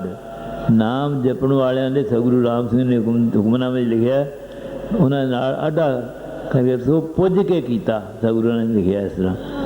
ਅਤੇ ਇਹ ਹੋਣਾ, ਪਰ ਤੁਸੀਂ ਆਪਾਂ ਸਾਰੇ ਭਗਤ ਹੋਣੇ ਆ, ਸਤਿਗੁਰਾਂ ਦੇ ਸੇਵਕ ਹੋਣੇ ਆ। ਪਵਨ ਝੁਲਾਰੇ ਮਾਇਆ ਦੇ ਹਰ ਕੇ ਭਗਤ ਸਦਾ ਸਿਰ ਸੇ। ਕਿੰਨੀ ਹਵਾ ਚੱਲੇ ਉਹ ਨਹੀਂ ਹਿਲਦੇ। ਅਤੇ ਕੱਲ੍ਹ ਜਾਂ ਪਰਸੋਂ ਸਾਧੂ ਸਿੰਘ ਨੇ ਇੱਥੇ ਦੱਸਿਆ ਸੀ ਕੰਧਾਰਾ ਸਿੰਘ ਦੀ ਸ਼ਰਧਾ ਬਾਰੇ। ਅਤੇ ਉਹ ਫਰੀਦ ਜੀ ਕਥਾ ਕਰਦੇ ਸਨ, ਅਤੇ ਉਹਨਾਂ ਨੇ ਆਖਣਾ ਵੱਡੇ ਸਤਿਗੁਰੂ, ਅਤੇ ਉਹਨੇ ਆਖਣਾ ਤੂੰ ਵੀ ਵੱਡੇ ਸਤਿਗੁਰੂ ਨਾਲ, ਮੇਰਾ ਸਤਿਗੁਰੂ ਪ੍ਰਤਾਪ ਸਿੰਘ ਫਿਰ ਛੋਟਾ ਹੁੰਦਾ, ਮੈਂ ਵੱਡੇ ਸਤਿਗੁਰੂ ਨਾਲ ਤੂੰ ਆਖਿਆ ਕਰ, ਤੂੰ ਸਤਿਗੁਰੂ ਰਾਮ ਸਿੰਘ ਆਖ ਦਿਆ ਕਰ। ਅਤੇ ਇਹਦਾ ਮਤਲਬ ਇਹ ਨਹੀਂ ਕੰਧਾਰਾ ਸਿੰਘ ਨੇ ਸਤਿਗੁਰੂ ਰਾਮ ਸਿੰਘ ਦੀ ਬੇਅਦਬੀ ਕਰ ਦਿੱਤੀ ਹੈ, ਪਰ ਜਿਹੜੇ ਗੱਲ ਚੁੱਕਣ ਵਾਲੇ ਨੇ ਉਹ ਚੁੱਕ ਲੈਣਗੇ। ਵੇਖੋ ਕੰਧਾਰਾ ਸਿੰਘ ਕਿੱਦਾਂ ਨਿਕੰਮਾ ਆਦਮੀ ਸੀ, ਉਹਨੇ ਸਤਿਗੁਰੂ ਰਾਮ ਸਿੰਘ ਦੀ ਬੇਅਦਬੀ ਕਰ ਦਿੱਤੀ। ਪਰ ਅਸਲ ਗੱਲ ਜੇ ਵੇਖੋ ਕਿ ਕਿੰਨੀ ਉਸਦੀ ਸ਼ਰਧਾ ਸੀ। ਸੰਤ ਗੁਰਦਿਆਲ ਸਿੰਘ ਹੋਰੀ, ਸੰਤ ਨਗਰ ਵਾਲੇ ਜੇ ਹੈਗੇ ਨੇ, ਮੇਰਾ ਖਿਆਲ ਇਹ ਵੀ ਨਾਲ ਸਨ। ਸੰਤ ਤਰਨ ਸਿੰਘ ਹੋਰੀ, ਆਲਾ ਸਿੰਘ ਹੋਰੀ, ਵਰਿਆਮ ਸਿੰਘ ਹੋਰੀ ਇਸ ਵਿਦਿਆਲੇ ਦੇ ਵਿੱਚ ਖੂਹੀ ਲਾਉਣ ਵਾਸਤੇ ਅਰਜ਼ੀ ਕੀਤੀ ਸਤਿਗੁਰੂ ਪ੍ਰਤਾਪ ਸਿੰਘ ਸੱਚੇ ਪਾਤਸ਼ਾਹ ਦੇ ਚਰਨਾਂ 'ਚ। ਸੱਚੇ ਪਾਤਸ਼ਾਹ ਇੱਥੇ ਖਲੋਤੇ ਹੋ, ਦੱਸੋ ਇੱਥੇ ਖੂਹ ਕਿੱਥੇ ਲਾਇਆ ਜਾਵੇ। ਕਿਸੇ ਨੇ ਆਪੋ ਆਪਣੇ ਸਾਰਿਆਂ ਨੇ ਵਿਚਾਰ ਦੱਸੇ, ਸੋਚਦੇ ਹੀ ਸਨ ਵੀ ਕਿੱਥੇ ਆਖੀਏ। ਪਰ ਕੰਧਾਰਾ ਸਿੰਘ ਨੇ ਸਤਿਗੁਰਾਂ ਦੇ ਚਰਨਾਂ ਦੇ ਦੁਆਲੇ ਦੁਆਲੇ ਲੀਕ ਕੱਢ ਕੇ ਨਾ ਗੋਲ, ਆਂਦਾ ਇਦੋਂ ਚੰਗਾ ਹੋਰ ਕਿਹੜਾ ਥਾਂ ਹੋ ਸਕਦਾ। ਸੱਚੇ ਪਾਤਸ਼ਾਹ ਆਂਦੇ ਨੇ ਠੀਕ ਹੈ, ਪਰ ਜਿਹੜੇ ਮਾੜੇ ਮਨ ਵਾਲੇ ਨੇ ਉਹ ਆਖਣਗੇ ਸਤਿਗੁਰੂ ਆਪਣੀ ਤਾਰੀਫ ਕਰਾਉਂਦੇ ਨੇ। ਪਰ ਉਹ ਉੱਥੇ ਤਾਰੀਫ ਦਾ ਅਤੇ ਨਾ ਤਾਰੀਫ ਦਾ ਕੋਈ ਫਰਕ ਨਹੀਂ ਪੈਂਦਾ। ਜਿਹੜਾ ਅਸਾਂ ਨਾਮ ਜਪਣਾ, ਸਤਿਗੁਰੂ ਰਾਮ ਸਿੰਘ ਦੇ ਦਰਸ਼ਨ ਵਿੱਚ ਪਾਠ ਕਰਨੇ ਨੇ, ਉਹਨਾਂ ਵਿੱਚੋਂ ਹਉਮੈ ਈਰਖਾ ਕੱਢ ਕੇ ਅਤੇ ਸਤਿਗੁਰੂ ਰਾਮ ਸਿੰਘ ਦੇ ਦਰਸ਼ਨ ਵਿੱਚ ਪਾਠ ਪੂਰੇ ਹੋਣ। ਕੱਲ੍ਹ ਤੁਸੀਂ ਸੁਣਿਆ ਸੀ ਇੱਥੇ ਕਿਸੇ ਜੋਤਿਸ਼ੀ ਨੇ ਵਿਗਿਆਨ ਦੇ ਮੁਤਾਬਕ ਦੱਸਿਆ ਕਿ ਸਤਿਗੁਰੂ ਰਾਮ ਸਿੰਘ ਸੱਚੇ ਪਾਤਸ਼ਾਹ ਹੈਗੇ ਨੇ ਅਤੇ ਉਹਨਾਂ ਨੇ ਇਸੇ ਸਰੀਰ ਵਿੱਚ ਆਉਣਾ ਹੈ। ਇਹ ਦਰਸ਼ਨ ਉਦੋਂ ਹੋਣੇ ਨੇ ਜਦੋਂ ਉਹਨਾਂ ਦੀ ਰਜਾ ਹੋਣੀ ਹੈ। ਹੋਰ ਵੀ ਕਈਆਂ ਸਰੀਰਾਂ ਨੇ ਦੱਸਿਆ, ਸਤਿਗੁਰਾਂ ਦੇ ਦਰਸ਼ਨ ਵੀ ਹੁੰਦੇ ਨੇ ਕਈਆਂ ਨੂੰ, ਅਤੇ ਹੁਕਮ ਹੁੰਦਾ। ਇੱਕ ਜਿਹੜਾ ਕੱਲ੍ਹ ਪਰਸੋਂ ਸਤਿਗੁਰਾਂ ਦੇ ਉਪਦੇਸ਼ ਸੁਣਿਆ ਸੀ, ਇੱਕ 7-8 ਸਾਲ ਦਾ ਜਾਂ ਕਿੰਨੇ ਦਾ ਬੱਚਾ ਹੈ, ਉਹਨੂੰ ਸਤਿਗੁਰੂ ਰਾਮ ਸਿੰਘ ਨੇ ਦਰਸ਼ਨ ਦਿੱਤਾ ਅਤੇ ਉਹਨੂੰ ਆਖਿਆ ਵੀ ਇਹ ਘੰਟਾ ਨਾਮ ਸਿਮਰਨ ਮੈਂ ਹੀ ਆਖਿਆ, ਇਹ ਸਾਰੇ ਕਰਿਆ ਕਰੋ। ਅਤੇ ਤੁਸੀਂ ਆਪਣੇ ਪਰਿਵਾਰ ਦੇ ਵਿੱਚ ਹਰ ਪਰਿਵਾਰ ਆਪਣੇ ਪਰਿਵਾਰ ਦੇ ਬੱਚਿਆਂ ਦੀ, ਭਰਾਵਾਂ ਦੀ ਜ਼ਿੰਮੇਵਾਰੀ ਲਵੇ ਕਿ ਕਿਹੜਾ ਜਿਹੜਾ 1 ਘੰਟਾ ਨਾਮ ਸਿਮਰਨ ਨਹੀਂ ਕਰਦਾ।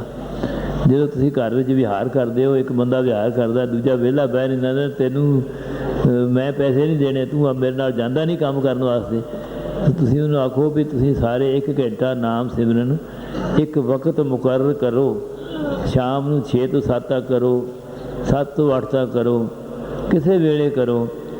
ਇਹ ਇੱਕ ਨਿਸ਼ਚਿਤ ਸਮਾਂ ਨਿਯਤ ਕਰੋ। ਅਤੇ ਸਾਨੂੰ ਸਾਡੇ ਪ੍ਰਬੰਧਕਾਂ ਨੂੰ ਦੱਸੋ, ਮੈਂ ਪਤਾ ਕਰਾਂ ਮੁੜ ਕੇ ਜਾ ਕੇ ਵੀ ਤੁਸੀਂ ਇਸ ਨਿਯਤ ਸਮੇਂ ਦੇ ਅੰਦਰ ਬੈਠਦੇ ਹੋ, ਕਦੇ ਟੈਲੀਫੋਨ 'ਤੇ ਕਦੇ ਜਾ ਕੇ ਕਿਸੇ ਤਰ੍ਹਾਂ ਪਤਾ ਕੀਤਾ ਜਾਵੇ। ਇੱਕ ਤਾਂ ਤੁਹਾਡੇ ਦਿਲ 'ਚ ਹੋਏਗਾ ਵੀ ਸਾਡਾ ਪਤਾ ਹੁੰਦਾ ਇਸ ਵਾਸਤੇ ਅਸੀਂ ਨਾਮ ਸਿਮਰਨ ਕਰੀਏ। ਇੱਕ ਮੈਂ ਜੇ ਜਾਵਾਂਗਾ ਨਾਮ ਸਿਮਰਨ ਵਾਲਿਆਂ ਦੇ ਦਰਸ਼ਨ ਹੋਣਗੇ ਤਾਂ ਮੇਰਾ ਵੀ ਭਲਾ ਹੋਏਗਾ।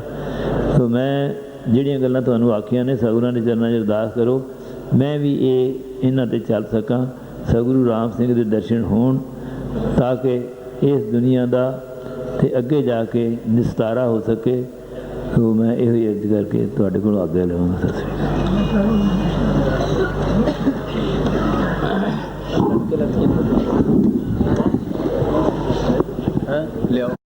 ਲੜਕੇ ਲੜਕੀਆਂ ਨੇ ਮੱਥਾ ਟੇਕਣ ਆਉਣਾ, ਉਹਨਾਂ ਦਾ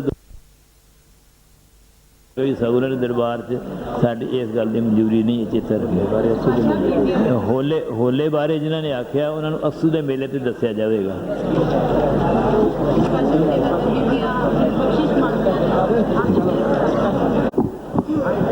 ਜਿਵੇਂ ਸਿੰਘਾਂ ਨੇ ਜਥੇਬੰਦੀ ਬਣਾਈ ਹੈ, ਮਾਈਆਂ ਨੇ ਵੀ ਬਣਾਈ ਹੈ, ਉਹਨਾਂ ਦਾ ਪੂਰਾ ਸਾਥ ਦਿਆ ਕਰੋ।